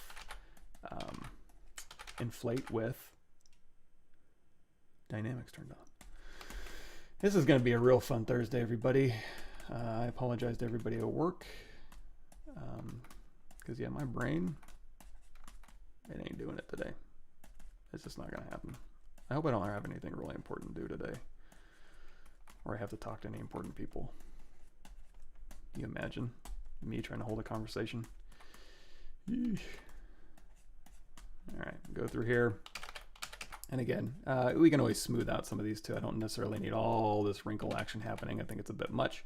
But like I said, make it a nice big inflate with expand turned on. You can increase the contrast. You can also use the contrast brush, which we've done earlier. And that'll dial in some of your secondary wrinkles if you were planning on doing that. So use what's available to you. When we get into wrinkling his face as well, let me bring my, oh, I got my reference right up here. When we get a wrinkling his face and stuff and adding that, you can also use wrinkles for that. Even thick skin. If you've watched the ZBrush 2021.5 presentation with me and Paul Gabry and Joseph Drust, we did a little. I did a little bit of that on one of my reptile creatures. Maybe we'll do it here too. But anyway, eye bags. What else has he got going on? He's got this big furrowy face, and he's got his little wrinkly mouth here, and you know, so basically I'm going in with my Damien standard and kind of cutting in and then going back on top of this with, you know, clay brush or clay buildup, whatever your, pick your poison, and go through here and we can kind of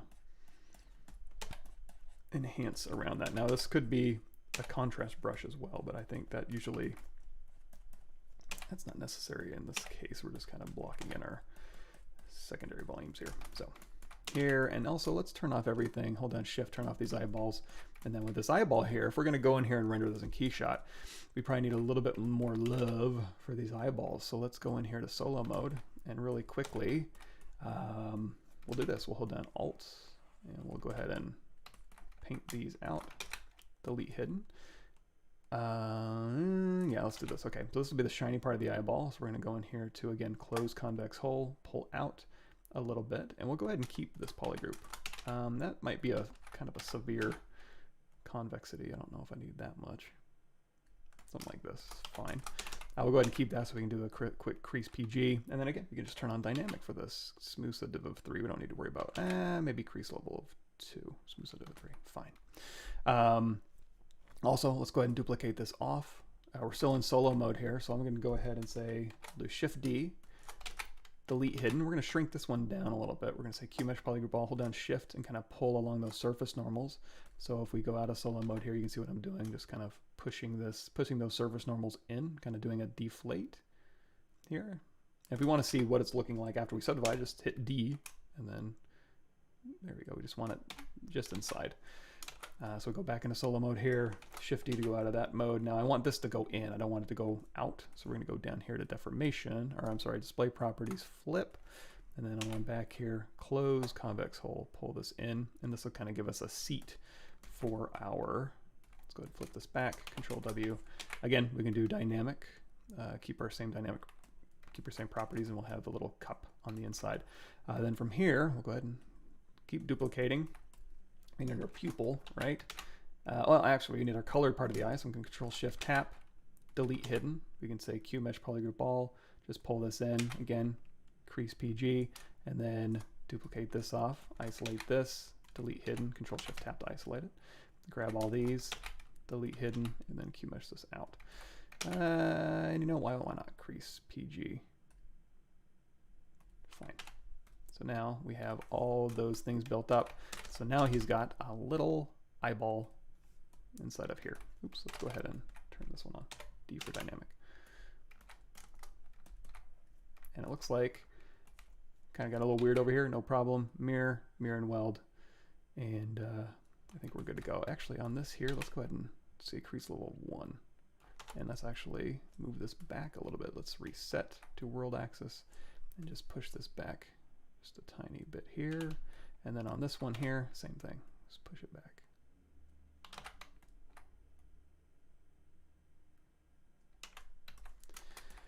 Good enough. So now we got our wrinkly brain here. We got some secondary shapes going. We have kind of our ridge thing going on his head. So we'll go ahead and maybe integrate those a little bit better into what's going on. I don't really know what those things are. I guess they're just kind of brain ridges. So we're going to here with our, again, our Damien standard brush, trusty Damien standard brush. We're going to smooth out these transitions here a little bit. And then we can kind of just kind of looking for opportunity to kind of fan these out just a bit.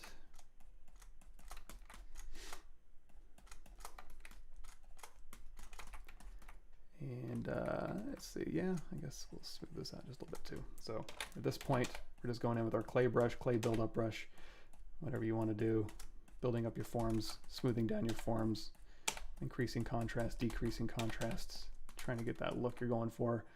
He does have his brow ridge here, and then above this brow ridge, he kind of has some lumps happening. So we can go back into our spherical brush if we still have this available to us, and we can start dialing in maybe some local spherical. I didn't want to do it everywhere for him because that would kind of turn him into a kind of a Meatwad-y, but instead of inflate, you can use this spherical brush to kind of, you know, dial in a little bit more controlled lumps.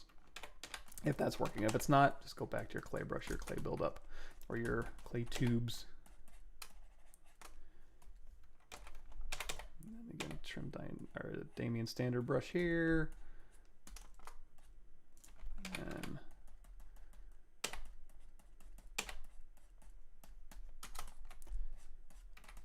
all right, and now when we go to pose out his arms, here's what we could do. So his arms are totally posable. We can, if we want to pose him, we can go down to subdivision level 1 and start posing just using transpose.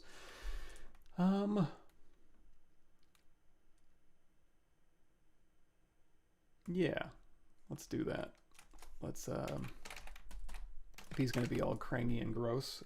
Again, we could even go in here with a Z-sphere rig and pose these things out. That's probably more trouble than it's worth. So what I'm going to do is I'm going to hit W, move multiple, Control Shift drag just my crangy parts, and we're going to kind of push him back just a little bit here, and then Control Tap 2. Oops. Grab all my Meatwad parts. We're going to get these guys a little bit closer in.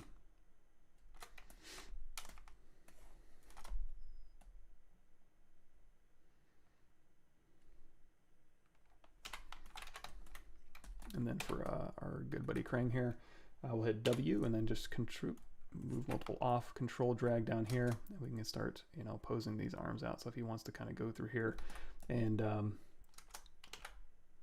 you know, be totally friendly with these guys. I don't know that they're going to be totally awesome with Krang being their buddy, but you know what? He's going to try. So we're going to kind of move his arms back a little bit here. And again, we can adjust these as needed. And then let's go in here to transpose, or I'm sorry, transparent, and then grab this back, and we'll just kind of, luckily they're just kind of tube shapes here. So, and again, these are going to be perfectly symmetrical. His arm pose and his face pose is going to be perfectly symmetrical, but I want to save a little bit of time. So while I'm detailing him out, I can have him vaguely symmetrical, and then I can break symmetry at the end. And in fact, I'm actually surprised that the cloth actually was this symmetrical when I used it. I wasn't expecting it to be, but you know what? I'll lean into it. And again, we can always break symmetry at the end. We can go back and smooth out, you know, some of these symmetrical shapes here that might be a little too symmetrical for our tastes, and play around with that. But anyway, again, if you want to play up, you know, things wrinkling, you can go back in here with your Damien Standard brush or your Orbs Cracks brush. That's something you're gonna have to download. You can go through here. Let's turn up our Z intensity. Yeah, turn up our Z intensity here, and we can use that to kind of cut in these divots, increase these contrasts between these things. Use our move brush here, use our inflate brush. And then for Meatwad over here, same deal. In fact, you know what we could do? We've already done the work. So let's take these eyes here. I'm going to, let's see, I'm going to say, just show me the eye bits. And I'm going to say, merge, visible, quick save. Go back up here to merge visible, turn off X symmetry, say delete hidden, and then I'm going to kind of aim my camera right here, hit B, create insert mesh new, hop right back into my scene, and then we can just dial these eyeballs in. So in this case, let's go ahead and turn off his eyeballs here. We'll put new eyeballs in here that have all the different layers that we want. Save ourselves a little bit of time here. Scooch this back just a bit. W, control drag this out. You know what, I do want him kind of looking oddly, I know making his eyeballs not perfectly looking, kind of making them a little bit askew actually kind of works for old meaty here. So control shift, select, split hidden, and then we can go through here. We can split these out to their component parts. If I am going to hop into Keyshot for this, which I probably am, we can go through here and again just take this. Oops. Did it kill my polygroups? Did I hit Control W? Yeah, fine. We'll do auto groups. Fine. I don't care. Here, U, and U. Control W. And then split hidden. And then U and U. Control W. And split hidden. And then finally U and U. Control W. Split hidden. We'll go back down 1 and hit Control W. So we're fine. And Lumpy Space Princess doesn't need those eyeballs. And you know what? For her, I may turn her in just a little bit here so it fits a little bit better. W. Let's see. I don't want to ruin her look or anything, but if it kind of gets her to fit in the scene a little bit better. See.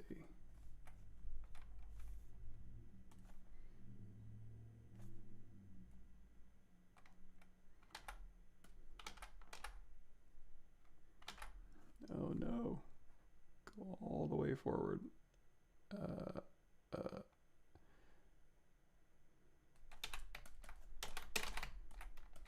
Gosh, is it this one? What did I just ruin here? Yeah, I want to keep this here. All right, we'll put this back. And honestly, all I really need to do, I hope, is go in here to geometry. And if any, no, that's X, Y, and Z. Dang, there's no rotational values. That's okay. We can eyeball it.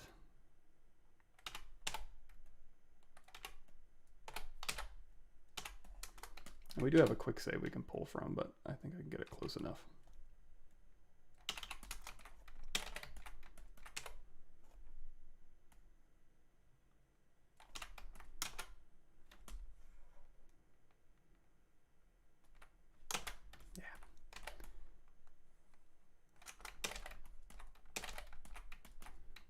All right, so Meatwad, he's got his eyeballs here.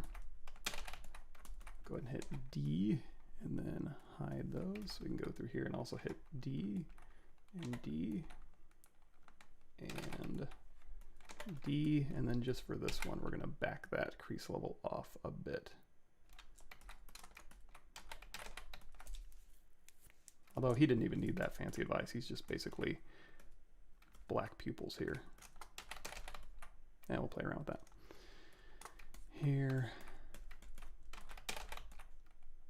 Oops, these original eyes we don't need anymore.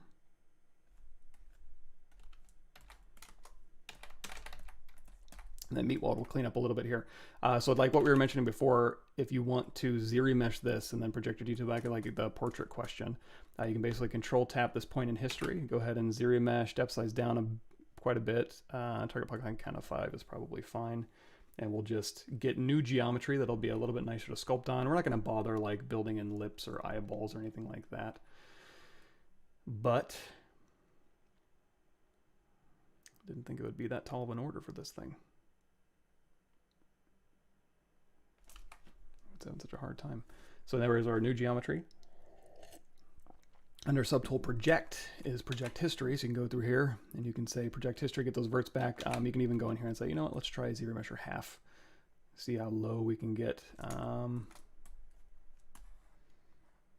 That's probably fine. So let's project history, control D to subdivide, project history, control D to subdivide, project history, control D to subdivide, project history. So now we have all of our details back and we have new geometry.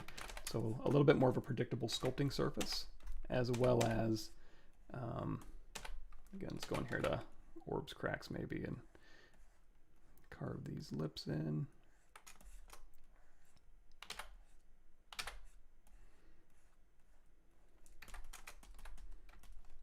And then his mouth is pretty nondescript, so we're just going to use a pinch to kind of tighten these up here.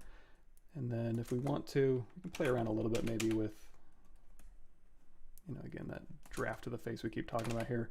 Maybe pop this lip out. Let's go in here to our lazy radius, crank that up just a bit, and we can just be like give me a little bit of a overhang here. And then again, you know, the subdivision actually kind of built in a little bit of roughness from the original low-res Dynamesh. I think we're okay. So again, clay brush here, and I also like to control tap that original point history just to get it out of our memory there. So again, we're going to kind of use a little bit of clay buildup here, and we'll just kind of droop these down here because that's the look he's kind of got going here. And these kind of carry up in here. So now the good thing is if we want to change primary forms, we can drop down subject level 2 really easily, or we can hit Control D and continue to add, you know, some of this. Let's go in here to inflate. Right along the bottom here, it looks like these kind of actually inflate, kind of curve upwards.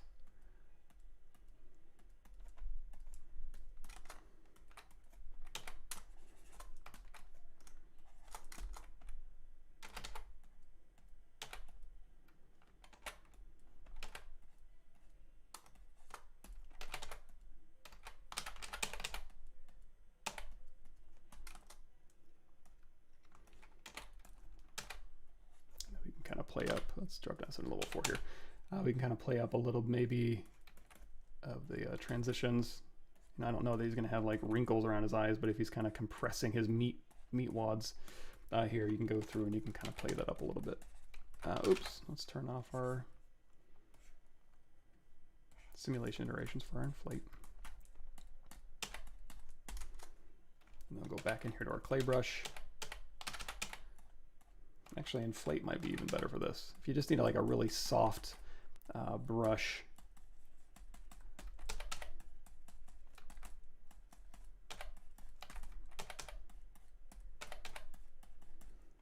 I want to give them a nose, but maybe, again, just kind of pushing the draft on those volumes for the face-ish, his little meat face.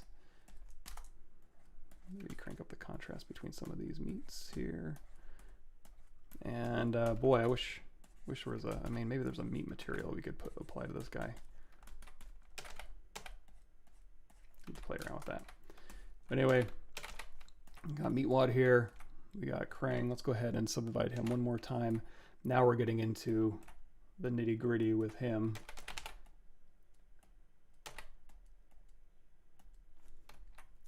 So we can start doing asymmetrical poses, you know, if we're happy with this overall level of detail, which again, I'm not gonna sweat it too much.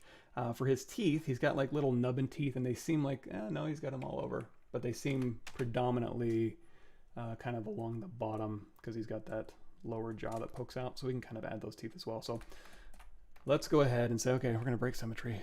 So, well, first let's do this. Let's go save as, and we'll just say this is Krang Gang Symmetrical. So at least you have a version to go back to if you ever need to. And then from here, we can dial in, you know, maybe like, let's turn off X symmetry. Let's go through here, raise this eyebrow down, put this one up, and I'm looking at his facial expressions here. He's got maybe this side closed a little bit. Again, go back in here to auto masking, topological, range down.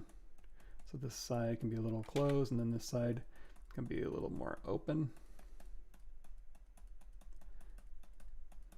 And again, you gotta put that Krang gurgly Krang sound in your head. You can also control shift. We still have our polygroups here, so you can control shift here if you ever want to get in the, you know, inside.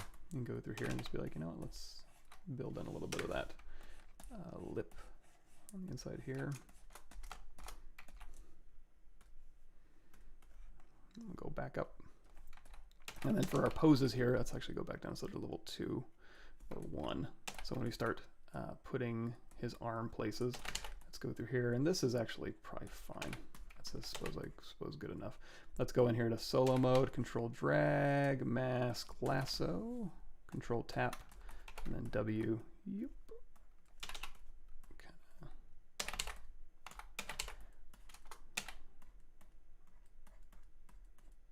And if we want to curly cue this, let's try this. Let's try BS brush. It's in here somewhere. Spiral.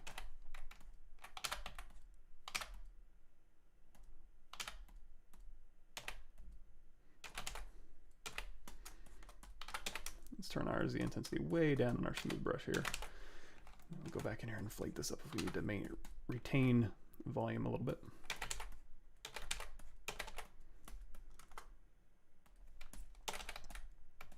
Call that one good enough. And then for this arm, we can isolate just that arm here if we want. Oops. And then control. Anything that's not visible is essentially masked. So we may have to clean up that transition a little bit here. We'll go ahead and move this arm up. Like so, maybe out a little bit. And then we'll go ahead and twist this arm around. So again, if it's not visible, it's not going to move. So we can control drag through here, set that joint position. Go ahead and loop his arm around.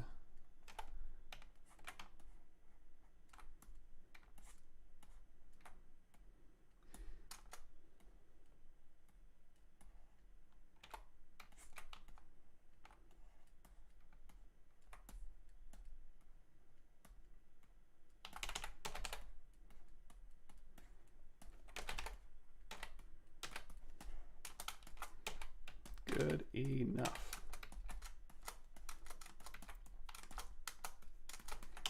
Back up, let's see if there's any storytelling we need to do with those arms. And by that I mean, go through here. Actually, we need to kind of smooth this out a little bit. Got a little bit busted. So again, hold down shift to smooth and then let go of shift to kind of do a volume preservation shift, I suppose you could call it. And then through here on tentacles, or little media appendages, we can go up here to like level 4, and then whenever there's a big bend, we can go through here again with our Damien Standard or our Orbs Cracks brush.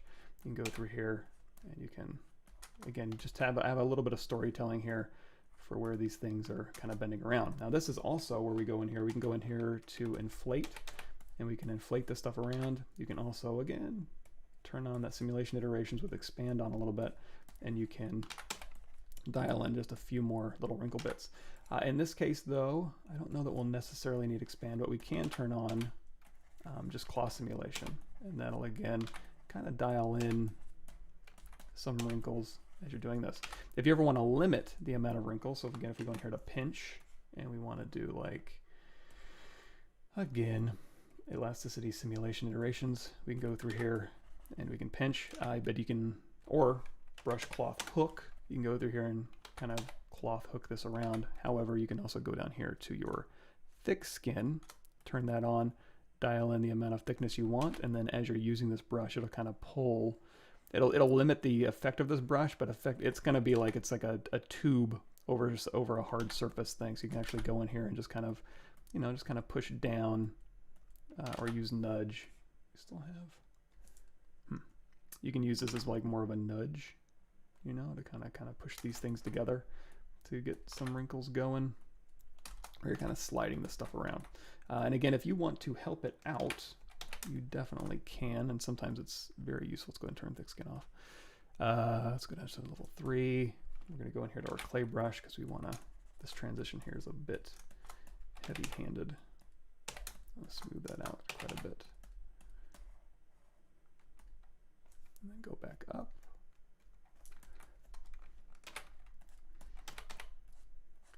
So you can kind of indicate first where you want those wrinkles to end up, and then the dynamics is going to look at that, the surface deformation, and try to maintain those volumes. So again, if you want wrinkles in a certain direction, you can use your pinch brush and kind of pull in that direction. Like this, you pull in the direction of the wrinkles as opposed to across. However, it'll also kind of look at this. So even if you use inflate, it'll look at the pre-existing geometry. And in this case, if you turn on expand, that's when you start having those verts expand away from each other. In this case, we don't really need that. Or brush cloth hook with thick skin as well. So there's that. And same thing over here. Let's go ahead and again drop down our subdivisions here. Hold down shift, let go of shift while you're smoothing. Do the volume preservation, smooth. And then, what a special stream. We're going way over time. Just want to get these things knocked out before I take them into Keyshot. I guess we can take them into Keyshot. I might have to take a quick break first.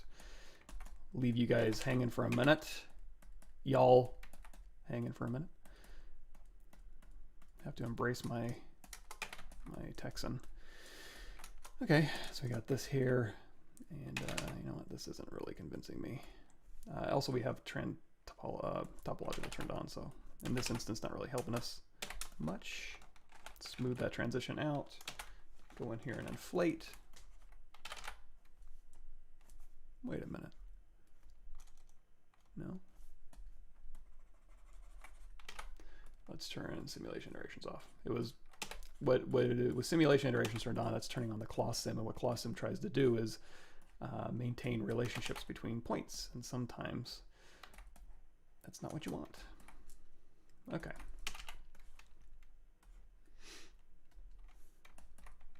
All right, we got a Krang guy going.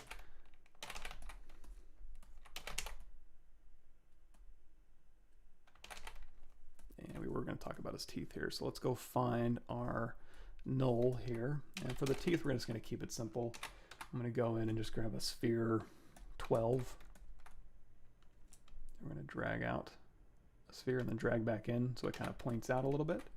And we're just going to kind of plop these in random areas. So they're going to be kind of in here, W, and we can just hold down shift to smooth that to a finer point. I'm not going to overthink teeth for Krang. And then E, let's go ahead and turn on local sim, so we'll scale on that local symmetry, and then control drag out and rotate this back a little bit, maybe, and we'll go through and change the sizes as well. So we got this one here, and then control drag over. He's got kind of haphazard teeth. Not a real pleasant bunch of teeth to look at, so we'll kind of play that up a little bit here.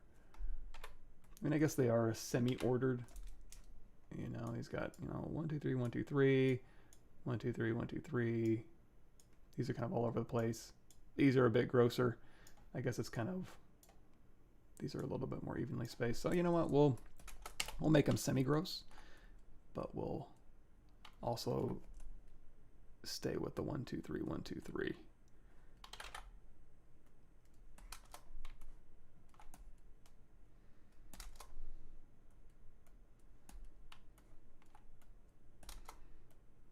Here. So now when we go through and we want to change the sizes of these things, it looks like the middle one's over here a little bit longer. That's when, again, auto masking on our move brush, topological turned on. And then whatever one we choose, we go through here and we can make this one smaller, more nubbins, or just hit smooth. Kind of sharpen these up, and then you can use inflate to fatten them back up if you want to.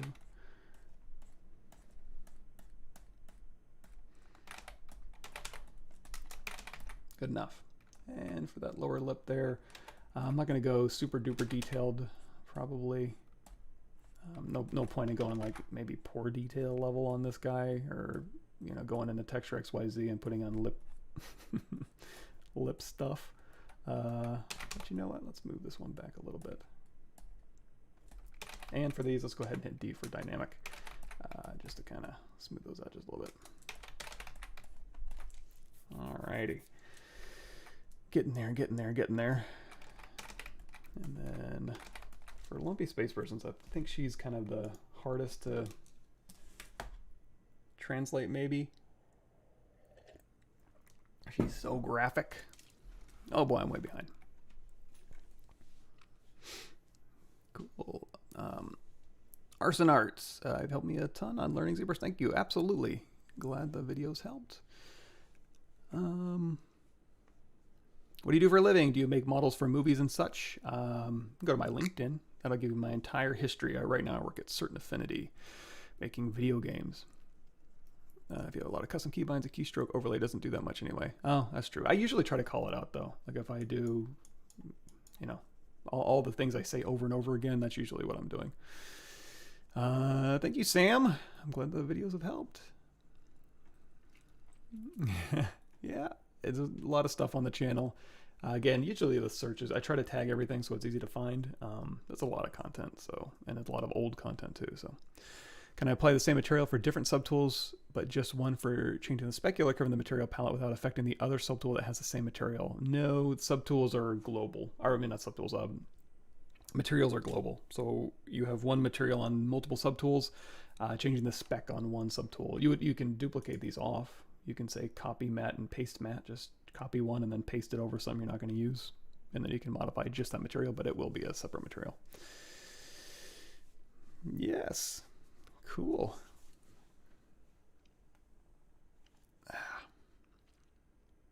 Yeah, these would be cool. Not much of a rigging person, especially not for like going in here, and a humanoid rig I could do just because I could download one and get it up and running really, really quickly. But for me to go through here and like do a custom rig for these things, I'm not your guy for that.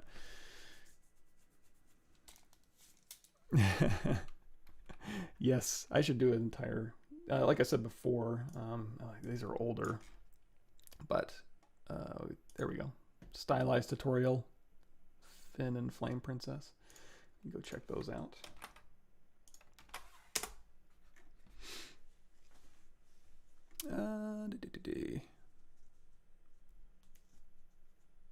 The Meat Squad from the dude from The Fly. I think I gotta stick with these three. Maybe we'll do another meaty lineup coming up. I was working on one project to trying to ZRemesh, but it keeps popping in error with ZRemesh and canceling the operation. Any details on what the error is? Any idea what it might be? It might be, we had this exact same thing happen underneath geometry, way down here at the bottom, mesh integrity, fix mesh. You can try that. Sometimes it just poops out.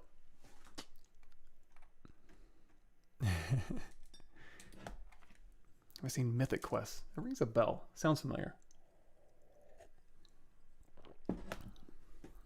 Why does that sound familiar?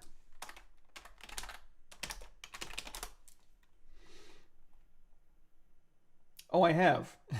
Yes, I have. They get some stuff right.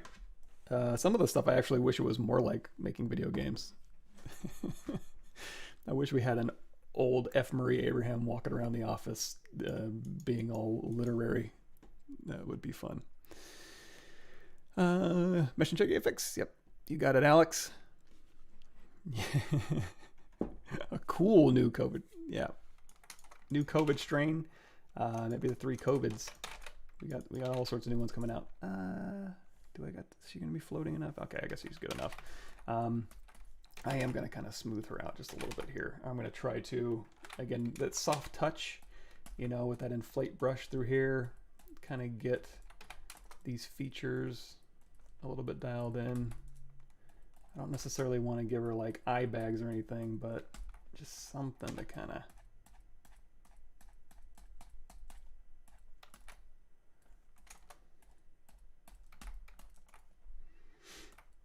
and then these fingers we can put back together. So again, we do have subdivision history, so we can go back to subdivision level 1.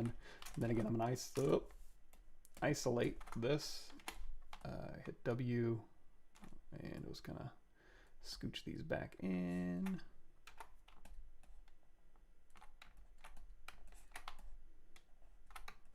All right, sometimes going. All right, let's get in here. Control drag in. Good enough, and we still do have for our move brush topological turned on, so we can move these fingers independently from the hand, and then we can go through here with our inflate, just be like, good enough. And then bring everything else back. Isolate this. On this hand, I actually don't mind the fingers separated a little bit. I guess in the drawing they are, I mean, not that much, but and these are far enough where we can just go through here and say, okay, whatever. Bring these in here. And then bring this in here. Make sure I don't mask through anything weird.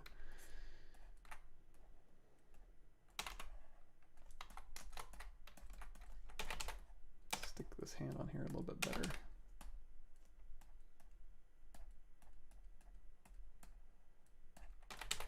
Let's turn off topological. Sorry, there's a lot of boring micro adjustments. Bring everything else back. And then yep, let's go back up. Subdivision level 2. Still looking okay. Subdivision level 3. Oh, we forgot to put in the phone screen. No big deal. All we got to do is duplicate this off. Go into solo mode with polyframe turned on. Shift D. Let's go ahead and take this here. I want just the white part, please. Oops. Delete hidden. Insert single edge loop, just hold down Alt. We don't need all this extraneous stuff. And then we have a screen. Of course, we're going to give it a little bit of thickness, and we're going to pull it forward just a little bit. So Q mesh, polygroup all, or single poly in this case is probably fine. And then W, we'll go ahead and just kind of pull this out. And you know what? Let's set this angle a little bit better. So we're going to hit W, Alt tap. You know, let's go into Y for transpose. We're going to set this transpose along here. And then when we hit Y, let's do, that's better. Think U. All right, here's what we're gonna do. Insert multiple edge loops, keep polygroup, one down the middle, one down the side, W, and we're just going to Alt drag over to that. So it's just looking straight at that point.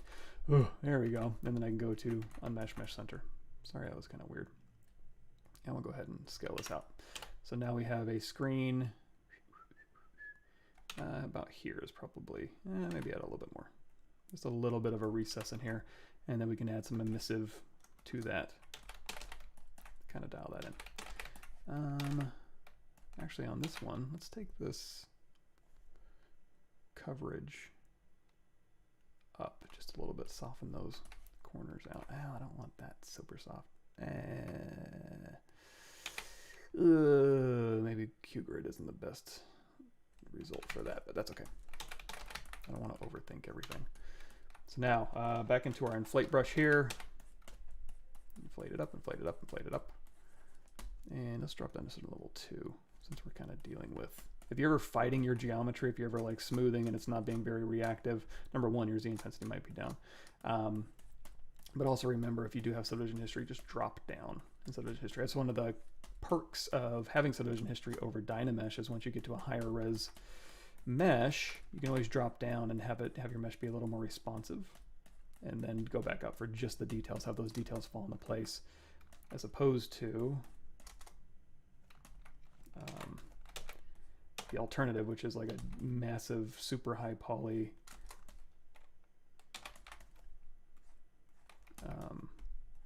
mesh, Dynamesh, and then having to get that to work.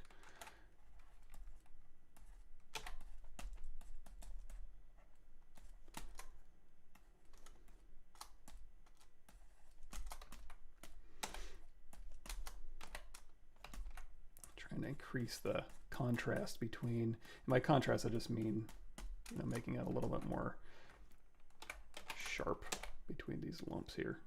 So I want to kind of carve in this lump and then carve in this lump. We can also isolate just the body to get those arms out of the way.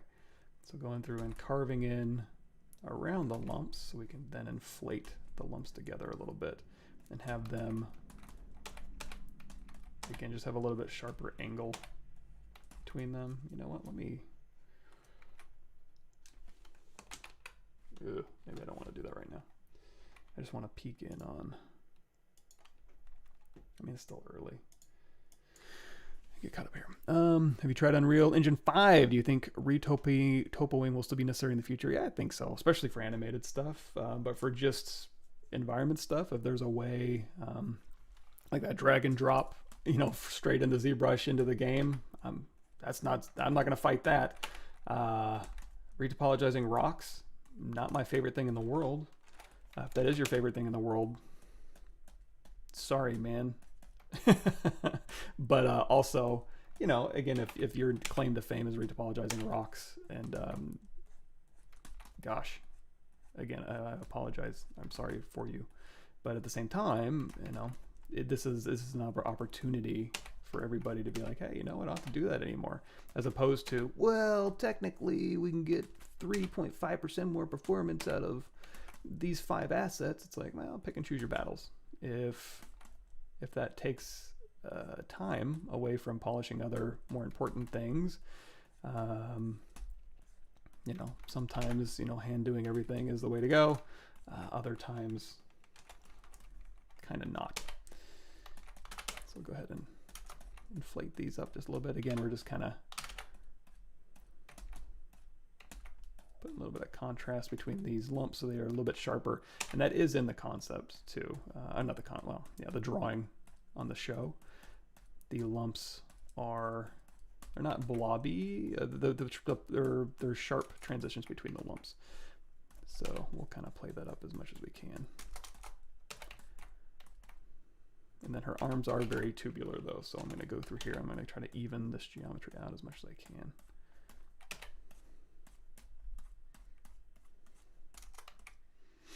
And go back up here, so in level 3, let's hit Control D, subdivide one more time. We can go through here and we can kind of pinch this and maybe, again, very, very graphic shapes on her. So I kind of want to keep them clean, which for me, I mean, I guess at the end of the day, I could have used primitives to kind of put all this stuff in and then Dynameshed it and ZRemeshed it. But I didn't, did I? And then through here we can maybe round some of these edges out. We can also go in here to trim dynamic, and these started from cubes, but then we ZRemeshed them, which did an okay job rounding them out, but we can maybe round them out just a little bit more. These transitions a little bit much, so I'm going to kind of soften. Again, maybe just a slight inflate through here.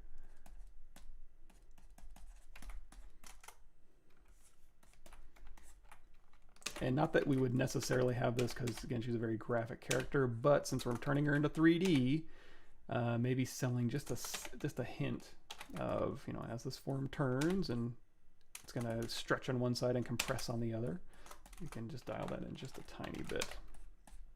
Just little hints of form. And then back in here, we'll go back to our trim and we'll take off some of these talons here. Again, if these are in the way, just Control Shift Tap, since we do have polygroups for the arms, and then we can get all that other stuff out of the way. Go in here and round these out. And again, if we want to do our smooth while retaining volume, hold down Shift and then let go of Shift while you're smoothing, and that'll kind of do that for you. It won't go nuts. Okay.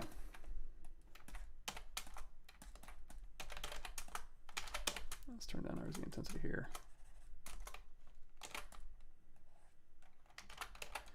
Kind of am liking that Orbs Crack brush a little bit better for these deeper wrinkles.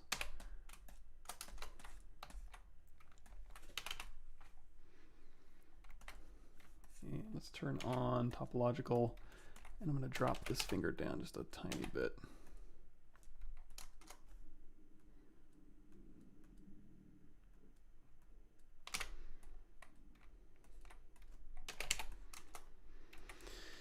Okay, let's see here.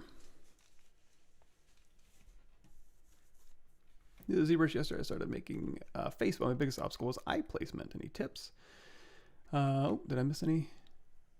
Posing characters, mine look awkward after taking them out of a pose. Have a good reference is good, but you are going to have to do a little bit of cleanup. There's no way around that, unless you want to make a rig with like muscle sim, corrective blend shapes, and volume preservation, stuff like that. Let's turn off topological. Hang these lumps a little bit here. But as far as like, yeah, a good pose, I mean, honestly, if you're trying to match something, I have the same problem where it's like, my poses, they're not that great. Take pictures of get somebody to take a picture of you in the round so you can strike the pose. And then you can go through and just kind of match it from every angle. That helps me anyways. Even when I was back in my animation days at Ringling, I would always have reference for what I was trying to animate, because me just animating on my head, I wasn't good enough, and I still am not. I do know animators that are amazing, and they know weight and balance and how to pose things just beautifully. That is not me. So for me, I need to pose it out first. And I do have some, I guess you can't see them in here, but you can also get those little posing mannequins and kind of do it there first.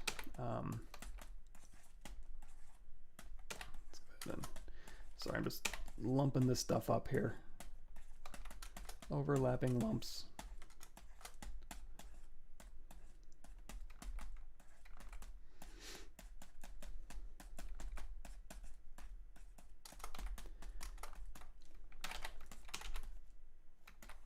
And we'll push these eyeballs back just a tiny bit. So Alt tap these eyeballs, again, turn on topological just so I can move these around. In fact, if you make your brush size 1, you can individually move components without too much worry. And then we'll go back in here and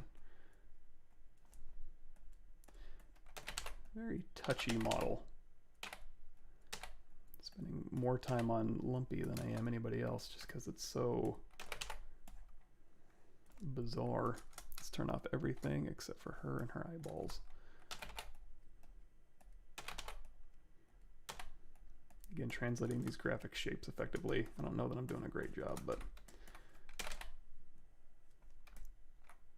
there's my reference for her. Companies providing solutions. There we go. Let's go in here again. Orbs cracks, and we'll just kind of turn that intensity just a bit.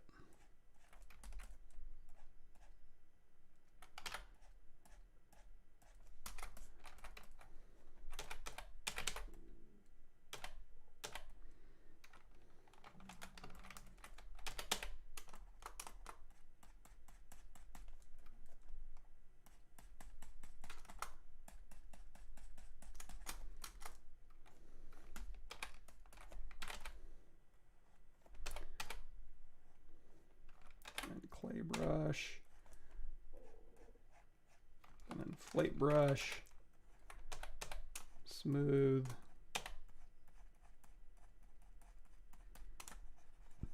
Again, I don't want to make her look tired, but just some form there to kind of help out maybe.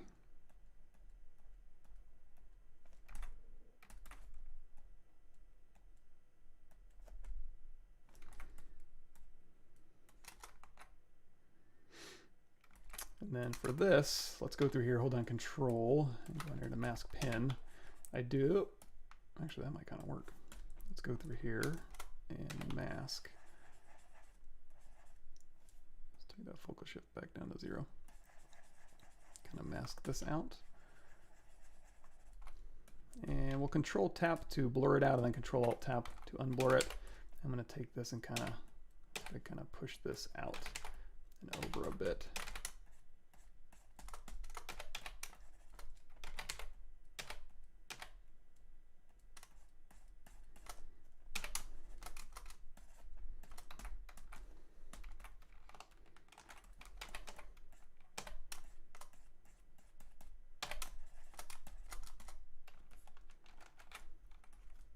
Again, if I find myself fighting the geometry, I just step back. This eye here, I'll lump it out just a bit.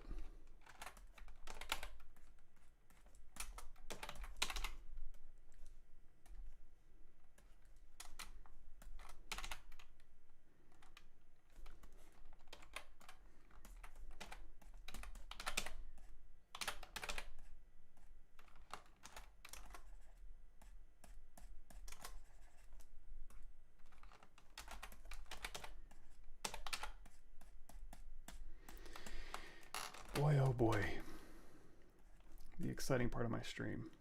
No music, just me breathing and very lightly using brushes. Everybody's favorite.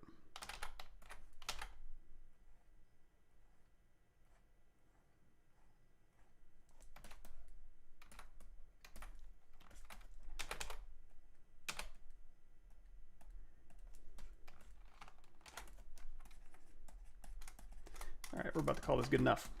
So let's go in here. Turn everything else back on, and we can throw this into Keyshot and see how it's gonna look. Let's go duplicate this. Oops, let's go highest, sorry. In fact, just to make sure, I'm gonna go down here to subdivision, all high. Make sure we're all high up here.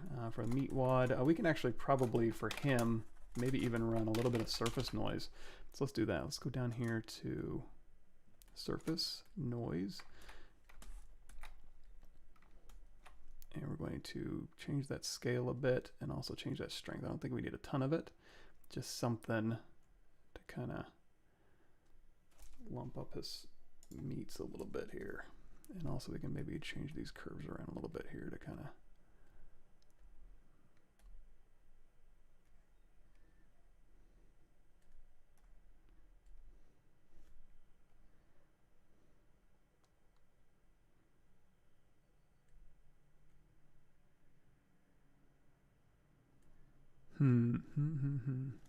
strength here. And again, this is one of those things where you could, you know, put it on a, you know, start a layer first, do a morph target. You can keep it in the thing here. You know what? Here's what I'm gonna do. I'm gonna go into my standard brush here. We're gonna change this to spray stroke. We're gonna grab our trusty alpha here. And we're gonna drop that Z intensity down. And I'm just gonna kind of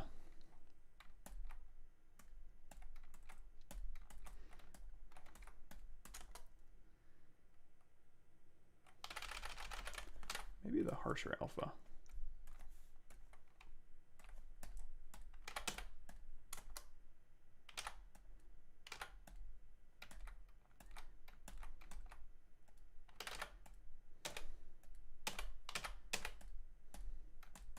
Let's also turn off lazy mouse here. Oops, turn it off. There we go.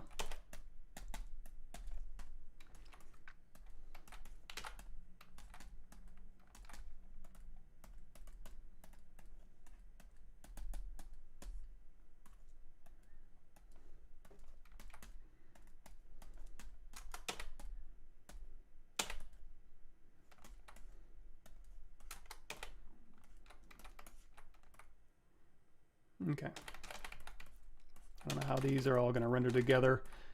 Could be a bit much, but I think we're close enough. So I'm going to go down here. We're doing a slight adjustment for these. We're going to take this down to sort of level 1, and I'm going to make sure he's seated. You know what might be easier? It's just to say, you know what, W go to move multiple. I'm going to grab LSP and move her up just a tad, and then grab Meatwad minus Krang, move him down.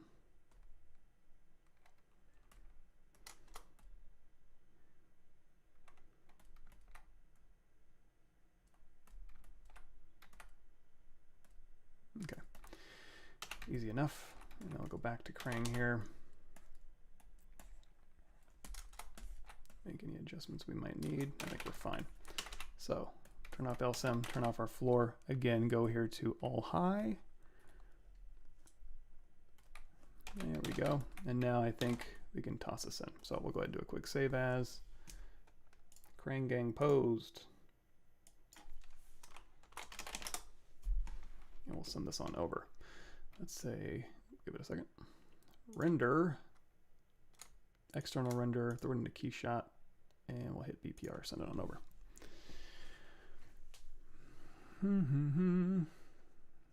Oops.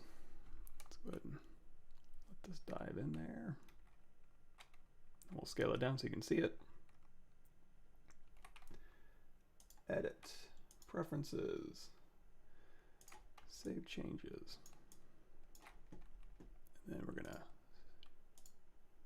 move this down just a little bit here. So we're gonna get this lined up here. So right here is where the camera is, and right, oops, image, lock aspect, lock resolution off. There we go. Now you can see stuff.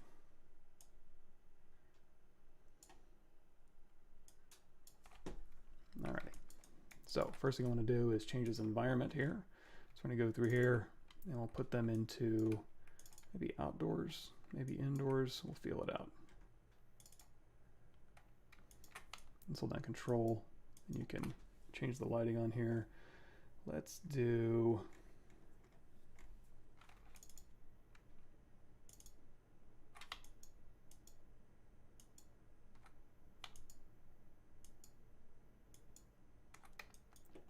maybe this. So we'll go in here, environment, and just for now, we'll turn this color down here.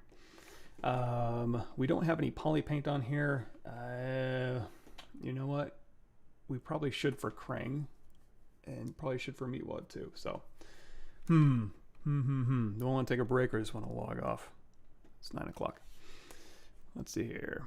To use a space navigator, not for ZBrush because I have a ton of hotkeys that I use. And I'm just faster at it, but for things like, what was I using on Fusion 360? I use it all the time, and I wish I could use it more in. Oops, I wish I could use it more in engines. I hate engine navigation. So, what was I doing? Environment, color. There we go.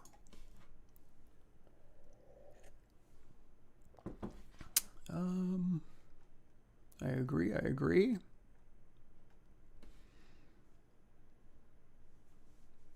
Using the trial version 2020, now I bought the perpetual license. How to use the same old config files. That's a little scary. On full releases, I rebuild everything from scratch just to make sure there's no gremlins in the system. So I don't know that I would go in and, you know, try. You can copy the config files from the data folder, but I would just rebuild it.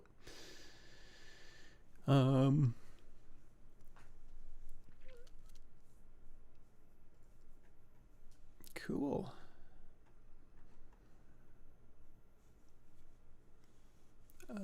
Yeah, if you can find the link, John, you can drop it, no big deal. Cool. Hey, Prashan. Ryzen 3600. I obviously missed some stuff. There's a lot of conversation going on that I'm lost, but yes. Finder, hey, how you doing? You can use whatever you want. ZBrush will run on it. Yeah, ZBrush will run on a toaster if you need it to. But obviously, if you do anything outside of ZBrush, or you know, if we're in here and we don't want to switch over to, you know, loading anything into the GPU memory or having to deal with memory limitation or anything like that, it certainly is good. Cool. Hey. Do a tutorial for fur making of a 3D printable dog. Fur is a tall order for 3D prints. Closest I was ever able to get, and this is very old, is basically this right here. Essentially putting on big macaroni fur. Either that or sculpting it in, you know, or using VDM brushes to kind of do all that. But yeah, now that I see this in here, I am going to say, here's what we're going to do. We're going to go hop back into ZBrush here. We're going to switch over to Skin Shader 4, and we're going to very quickly, you know, I'm just going to eyeball it. We'll be fine. So, you know what? Let's do this. Let's hit the, let's do Shift Z, and I'm going to hit Z, and we're going to, let's arrange all of these here, and then I'm going to say Z. This is going to be super quick and dirty, but I think it'll be effective. Oop, quick save. And then make Polymesh 3D. W. Let's stretch this out. So we can grab all these colors. And then to make these even cubes, of course, what I can do is go in here and I can say ZRemesh half, tap size down to 0. Just get a little bit more even geometry, and then I can start subdividing this. If I want to keep my sharp corners, like we mentioned before, turn off smooth, modifier here, hit Control D a bunch of times, and then literally just go through here and paint. Now there's fancier ways to do this, where you could, you know, go through and bring in the textures individually and even snap the aspect ratio to the textures, but this is all I'm really looking for here. In fact, I don't even need this all on my screen. I can do Shift S to store a screenshot, or go out of edit mode with that one, and then I go back in here, drag out my characters, and now I have selectable colors. So now I can hit C to select that color, and then say fill, and then C to select that color, and then say fill, and you know, we'll even take that blue.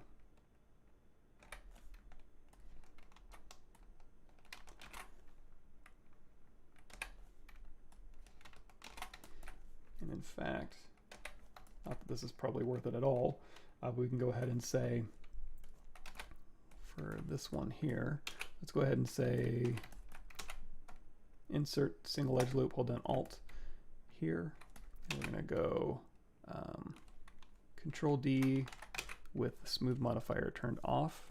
So divide, delete lower. I'm just going to go through here and we're going to do an insert single edge loop, hold down Alt. We don't want to pack a bunch of geometry on the sides here, but we do want it on the front and back. So again, Control D, delete lower. That's a little bit closer. So now, as we go through here, we can just hit a crease. We don't even need to do that. We just hit Control D, Control D, Control D. And now we have a screen with resolution. We can now go through here and we can say standard brush alpha off.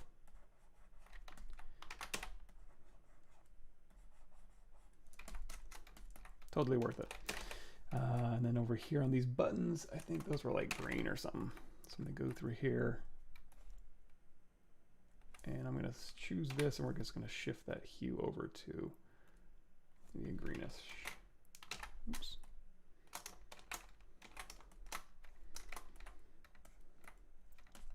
For her eyeballs here, we'll choose black. And we could do ZBrush renders for all this too. It's not, oh, you know what? One thing I did notice. Let's drop her down because we need to. Q, Control tap to really blur that transition out. So when you go in here and rotate her hand so it's a little bit more forward.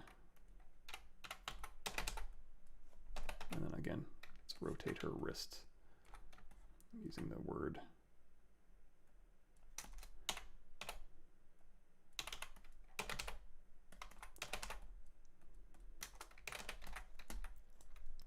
All right. All right, so getting kind of lost now.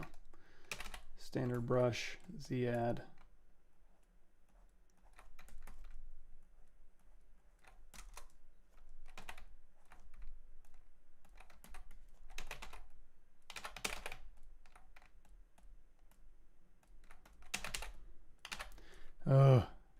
Alt tap sometimes is more trouble than it's worth.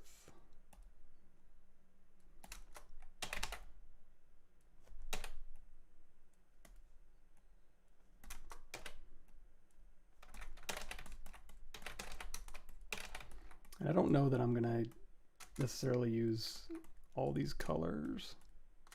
Oh no, I lost something important.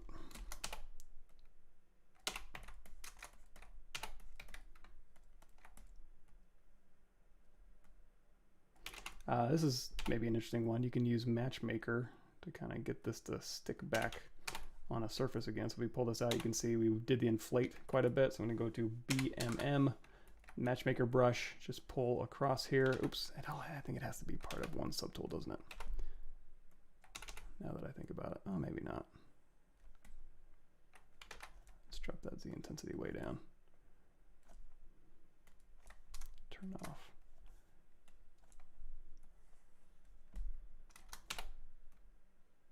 There we go. That'll kind of match that a little bit better maybe. And since this is just dynamically subdivided, we're still moving around very few points. So just manually going through here and doing this is probably fine as well.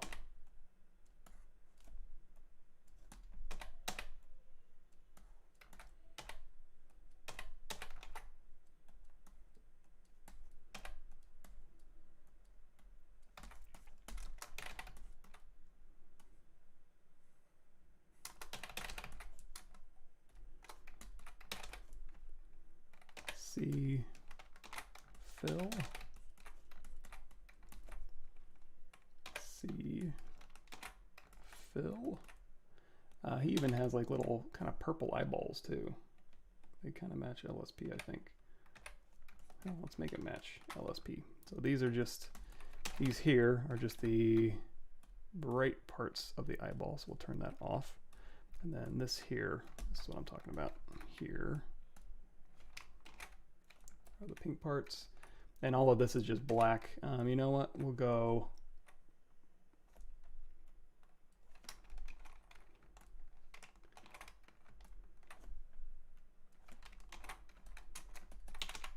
like this, and then his teeth are kind of yellowy, and it looks like I need to kind of pull these down a little bit. I don't know how those got so out of whack. Let's go ahead and turn on topological so I can just move one tooth at a time.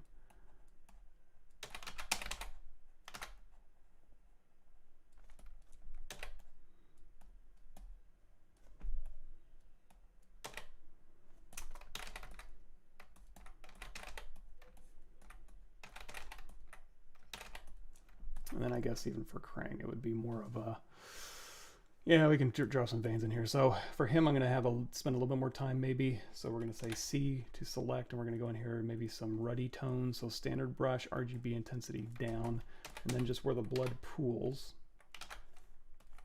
we can just kind of go through here and just kind of dial in around his eyes and lips and maybe his tentacles here.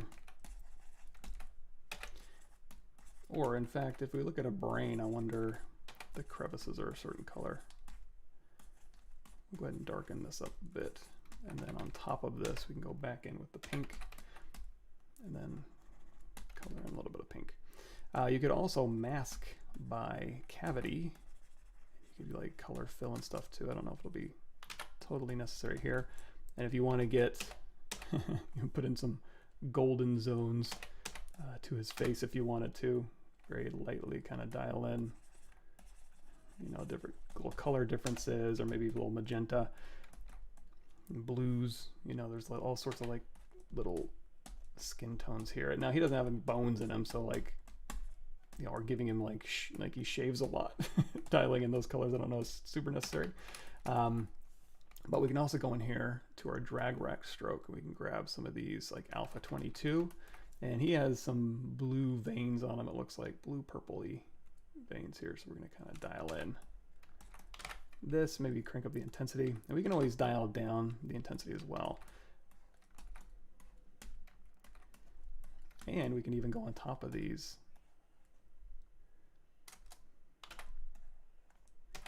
And make them pop out a little bit too, depending on what we're going for. So on top of these, we can say, you know, let's grab a color and let's switch this back over to Alpha 07 dot stroke, and then again drop our RGB intensity down, and then over this you can kind of brush in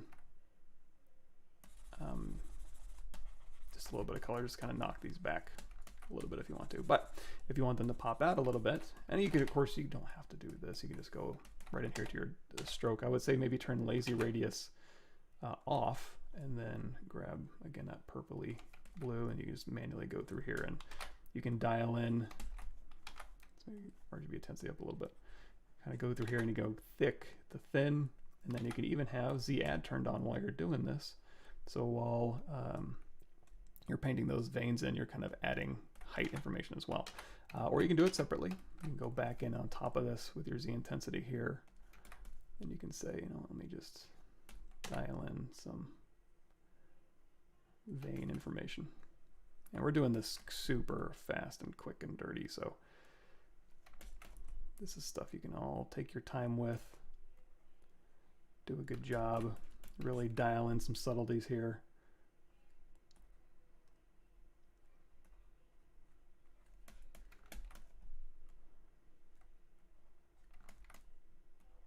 And did I pause Keyshot so it's not running in the background? I forget.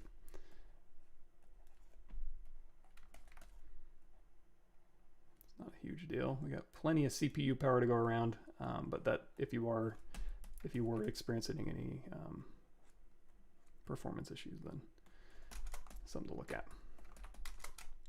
So everything back again. And like I said, if we want to maybe do just a little bit of off-white for those teeth here, and then over here on Meatwad, go in here and sample that color, fill, and then on top of him, you know, this one might be just a standard brush with RGB turned on, maybe up pretty high, and then whatever color that is.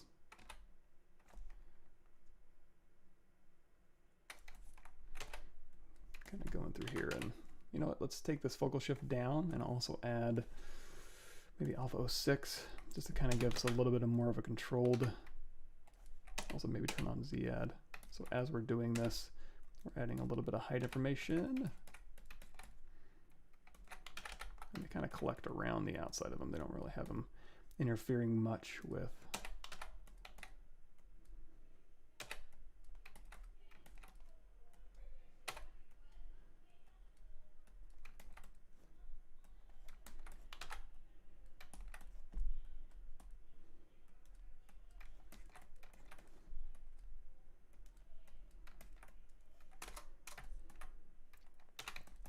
then, oh, we forgot one major thing for him.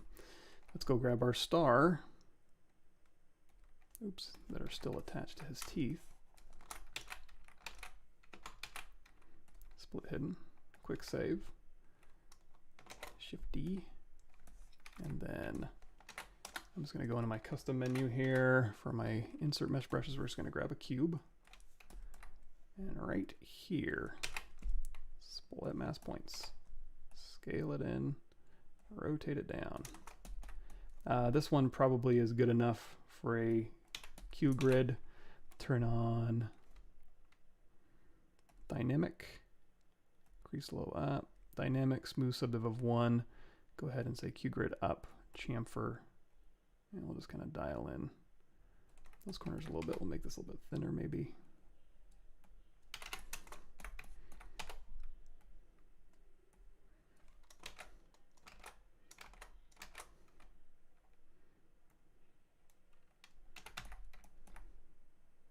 About right there. Alt tap.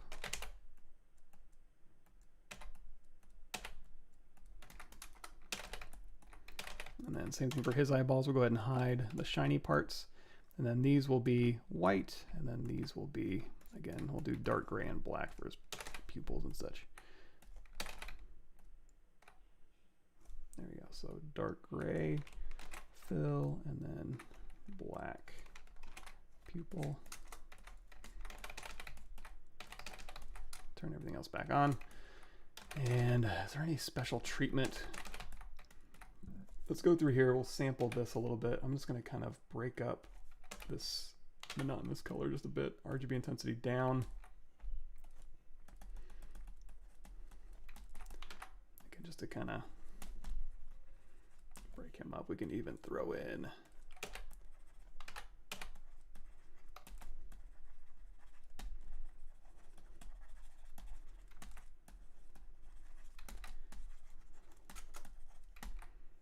and then maybe we'll sample this and we'll drop it down, increase. And again, you could mask by cavity and stuff, but I think we'll be okay. He does seem a bit light, so let's do RGB intensity, alpha off.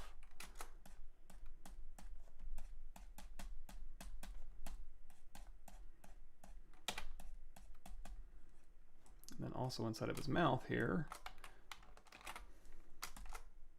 Oof, that's a bit much. Let's do Control Shift S to shrink, and then mask, invert, and then we'll go ahead and Control Tap to blur that mask, and then fill. Maybe that works a little bit better. He does have a tongue. I'm not going to bother with that. And then again, just kind of dialing in some variation. Maybe some magentas.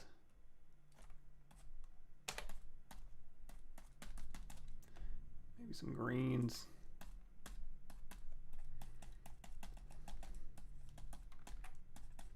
Maybe some yellows, some oranges.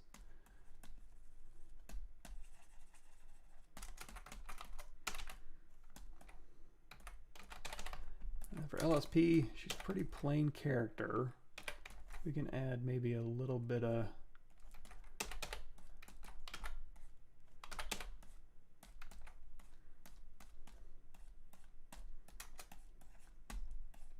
the shading itself might help here, but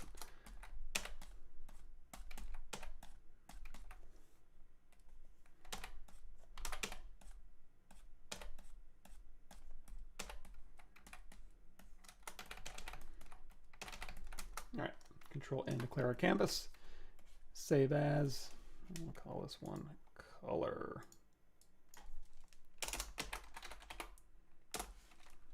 And now this is done.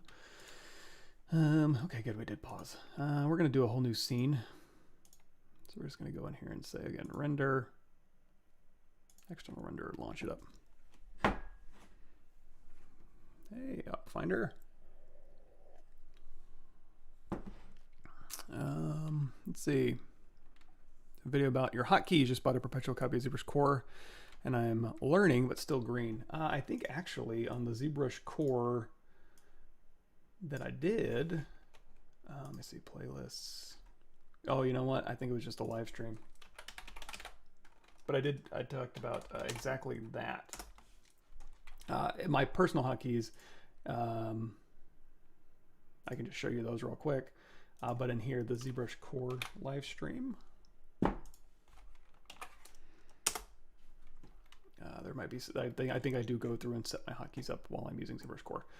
So for ZBrush Core, those are the hotkeys I would use. And then also for my hotkeys here, let me just load those up real quick. Whoop, there we go. ZBrush data, Z startup. So we were talking earlier about config files. This is where you can copy your config files from an older version to ZBrush new one. Again, point releases, you shouldn't have to. You just upgrade and it should keep them. But full releases, I just rebuild everything from scratch. My hotkeys here are right here. So screenshot that. Let's see if I can. There you go. Those are all my hotkeys for what I use. Mostly just brush stuff. Is there a way to get Lightbox to view other drives on the PC other than the install directly? I have some files on another drive I want to preview through Lightbox, but can't access them through it. Is there a reason why Lightbox doesn't allow viewing of other drives? It does, it should. All you got to do is go to that drive, which in this case would be ZBrush 2021. These are your Lightbox folders. So in here, if I have, we'll go to another drive, my archive drive G, and I want to have a link to cake toppers underneath my Z tools. You can go through here, we can say control, or just right click, drag, create shortcuts here. So here's cake topper shortcut underneath my Z tools. So then if I go in here and I hit space, whoop, comma key, tools, here's Cake Topper's shortcut, double click it, and now you're in. It's loading something up.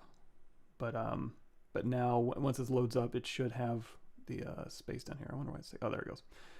Hey, Cake Topper. So when I click on here, you see, okay, now we're on G, the G drive.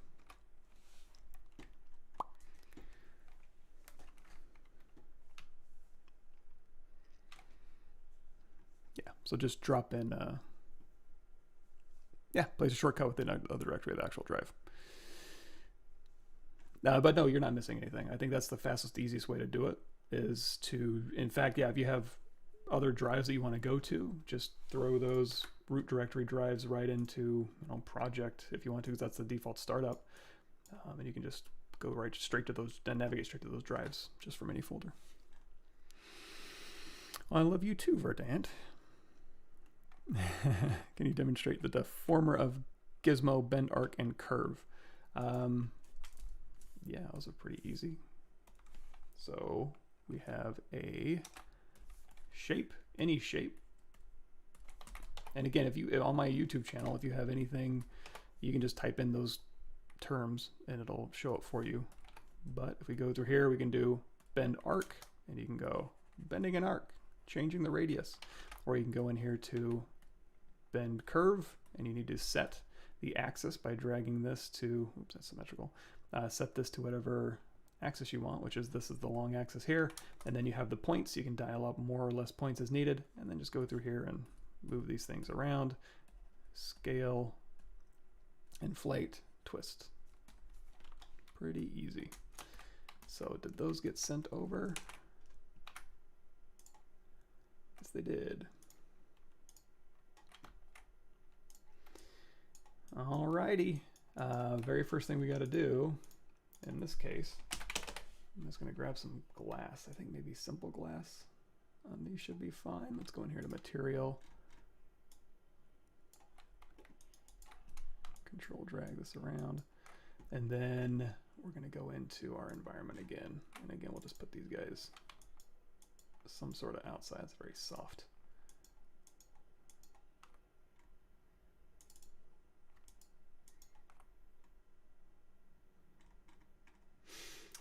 Also, what's kind of overpowering these is the matte cap kind of dialed in here. So one thing we want to do is we'll double click in here, and you're going to see, well, one thing, I'm going to go in here to material. You can go into the cloud library and you can grab skin. I'm just going to do, I've already downloaded this translucent skin right here. Now, if I alt drag this over, it will keep my Polypaint and give me the new material. However, with this particular material, materials, skin. With this particular material, there's some other textures I don't want to lose. So I'm going to go in here, double click this material, go in here to material graph, and we're just going to drag skin right in here. We're probably going to use the same skin material for everybody, just to keep it consistent. So right now, this is the surface of my object that's going to my ZBrush model. So I'm going to take this one here, this translucent, and plug that into the surface. So that's what's going to render. And now it's going to look like this, like skin. So I'm going to double click this, and we're going to take our texture map here, and we're going to plug this into the color. And this texture map, we'll see, we don't need. Now, this texture map here, again, does have, we're going to upgrade it to the new node. That's going to, this legacy node's in here, we can just delete that. And here you're going to see apply matte cap, just turn that off. We don't need the matte caps applied with this. It's going to look a little bit intense, but we can go back here. We're going to turn that translucency down. And then also underneath the, I'll also change the lighting to be product rendering. So it's a little bit more accurate. And then through here, we can also say, underneath the texture, we can go ahead and close this down. Underneath material, textures, the specular, these aren't linked. I wonder if I need to upgrade them to make these linked now that I think about it. But anyway, 0.2 and bump 0.2. We'll see if that works a little bit better. There we go. So we got a gummy little Krang in our scene. And again, we'll just take this translucency down to 5 for now. To make this a little bit easier to select, I am going to turn off these glossy ibits first. I want to keep them, but I don't need them in my scene just yet. So, wait a minute, was that my glossy? What did I turn off? Did I have 2 layers of glossy? Oh, probably. So now through here, this is where I can go into like shiny plastic. So we're just going to go in here to plastic. And for this one, it'll be a little bit simpler because I don't need to worry about like bumps or anything like that. You know what? We'll just go in here, plastic, shiny, hard, shiny plastic, white. Hold down Alt and just drag this over here. And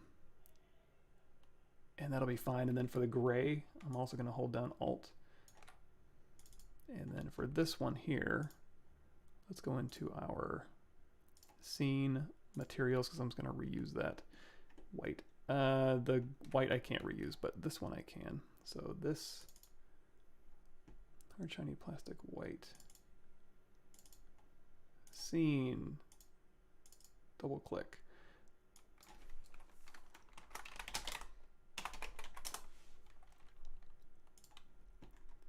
So here's that. I'm going to reuse this. And then for this one,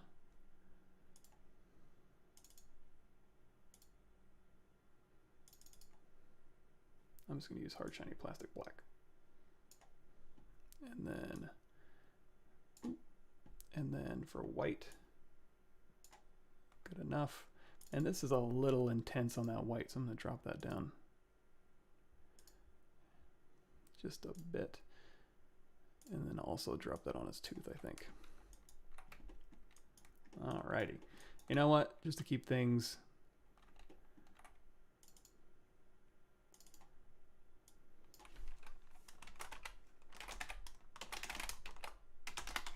consistent, we'll just go ahead and drop this onto the teeth as well over here. Alrighty, now for Lumpy, let's go ahead and use the skin material on her as well. So again, material graph. I'm going to do something a little bit different on this one just to test something out. So we're going to say upgrade to new node, apply matte cap off, delete all that, and we'll go ahead and give her the skin material too. So skin, drop this right in. And again, we want our skin to go to the model. And then this we don't need. However, this is our color. So we're going to say, apply matte cap off. This is going to go into our texture here, so our color shows up. And then for these ones, let's go ahead and upgrade these to the new nodes. Because I was wondering if that's why they weren't, they don't seem to scale together even when they're linked. So there she is. So now we can go back in here to the settings. We can drop this way down to be 5. And then for the textures here, they are synced. So if I dial this one at 0.2, nope, still not. Okay. Anyway, and then for this one too, we're just going to take the hard shiny black plastic and just assign that to her eyeballs. And for this one,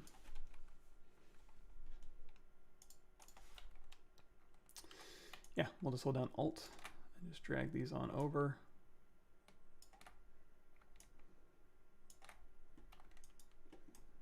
And we can adjust this a little bit. Let's go in here and we'll say, let's crank up that roughness just a bit so it's not so shiny. Same thing for this one.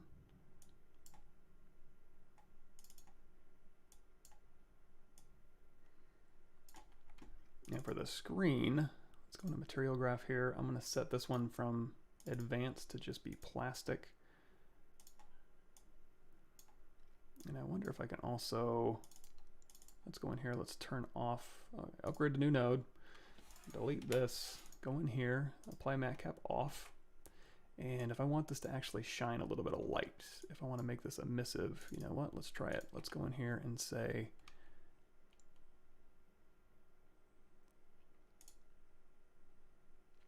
emissive intensity.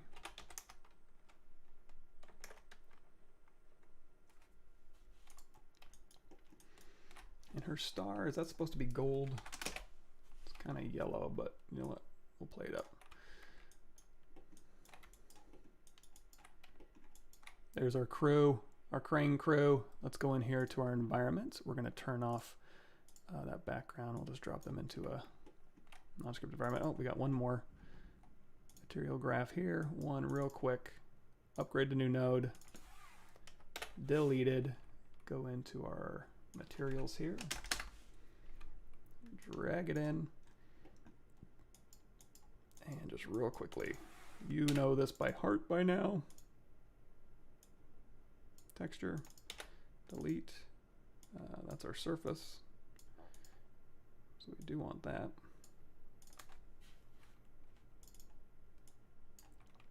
And then again, we'll knock this down, say maybe 5, and then underneath the textures here, you know, we can probably leave him actually pretty high. Let's say 1 for the specular and the bump here. Oops, not 21. Oh, actually 21 kind of works. But we already got him kind of built in with some Meatwads, so.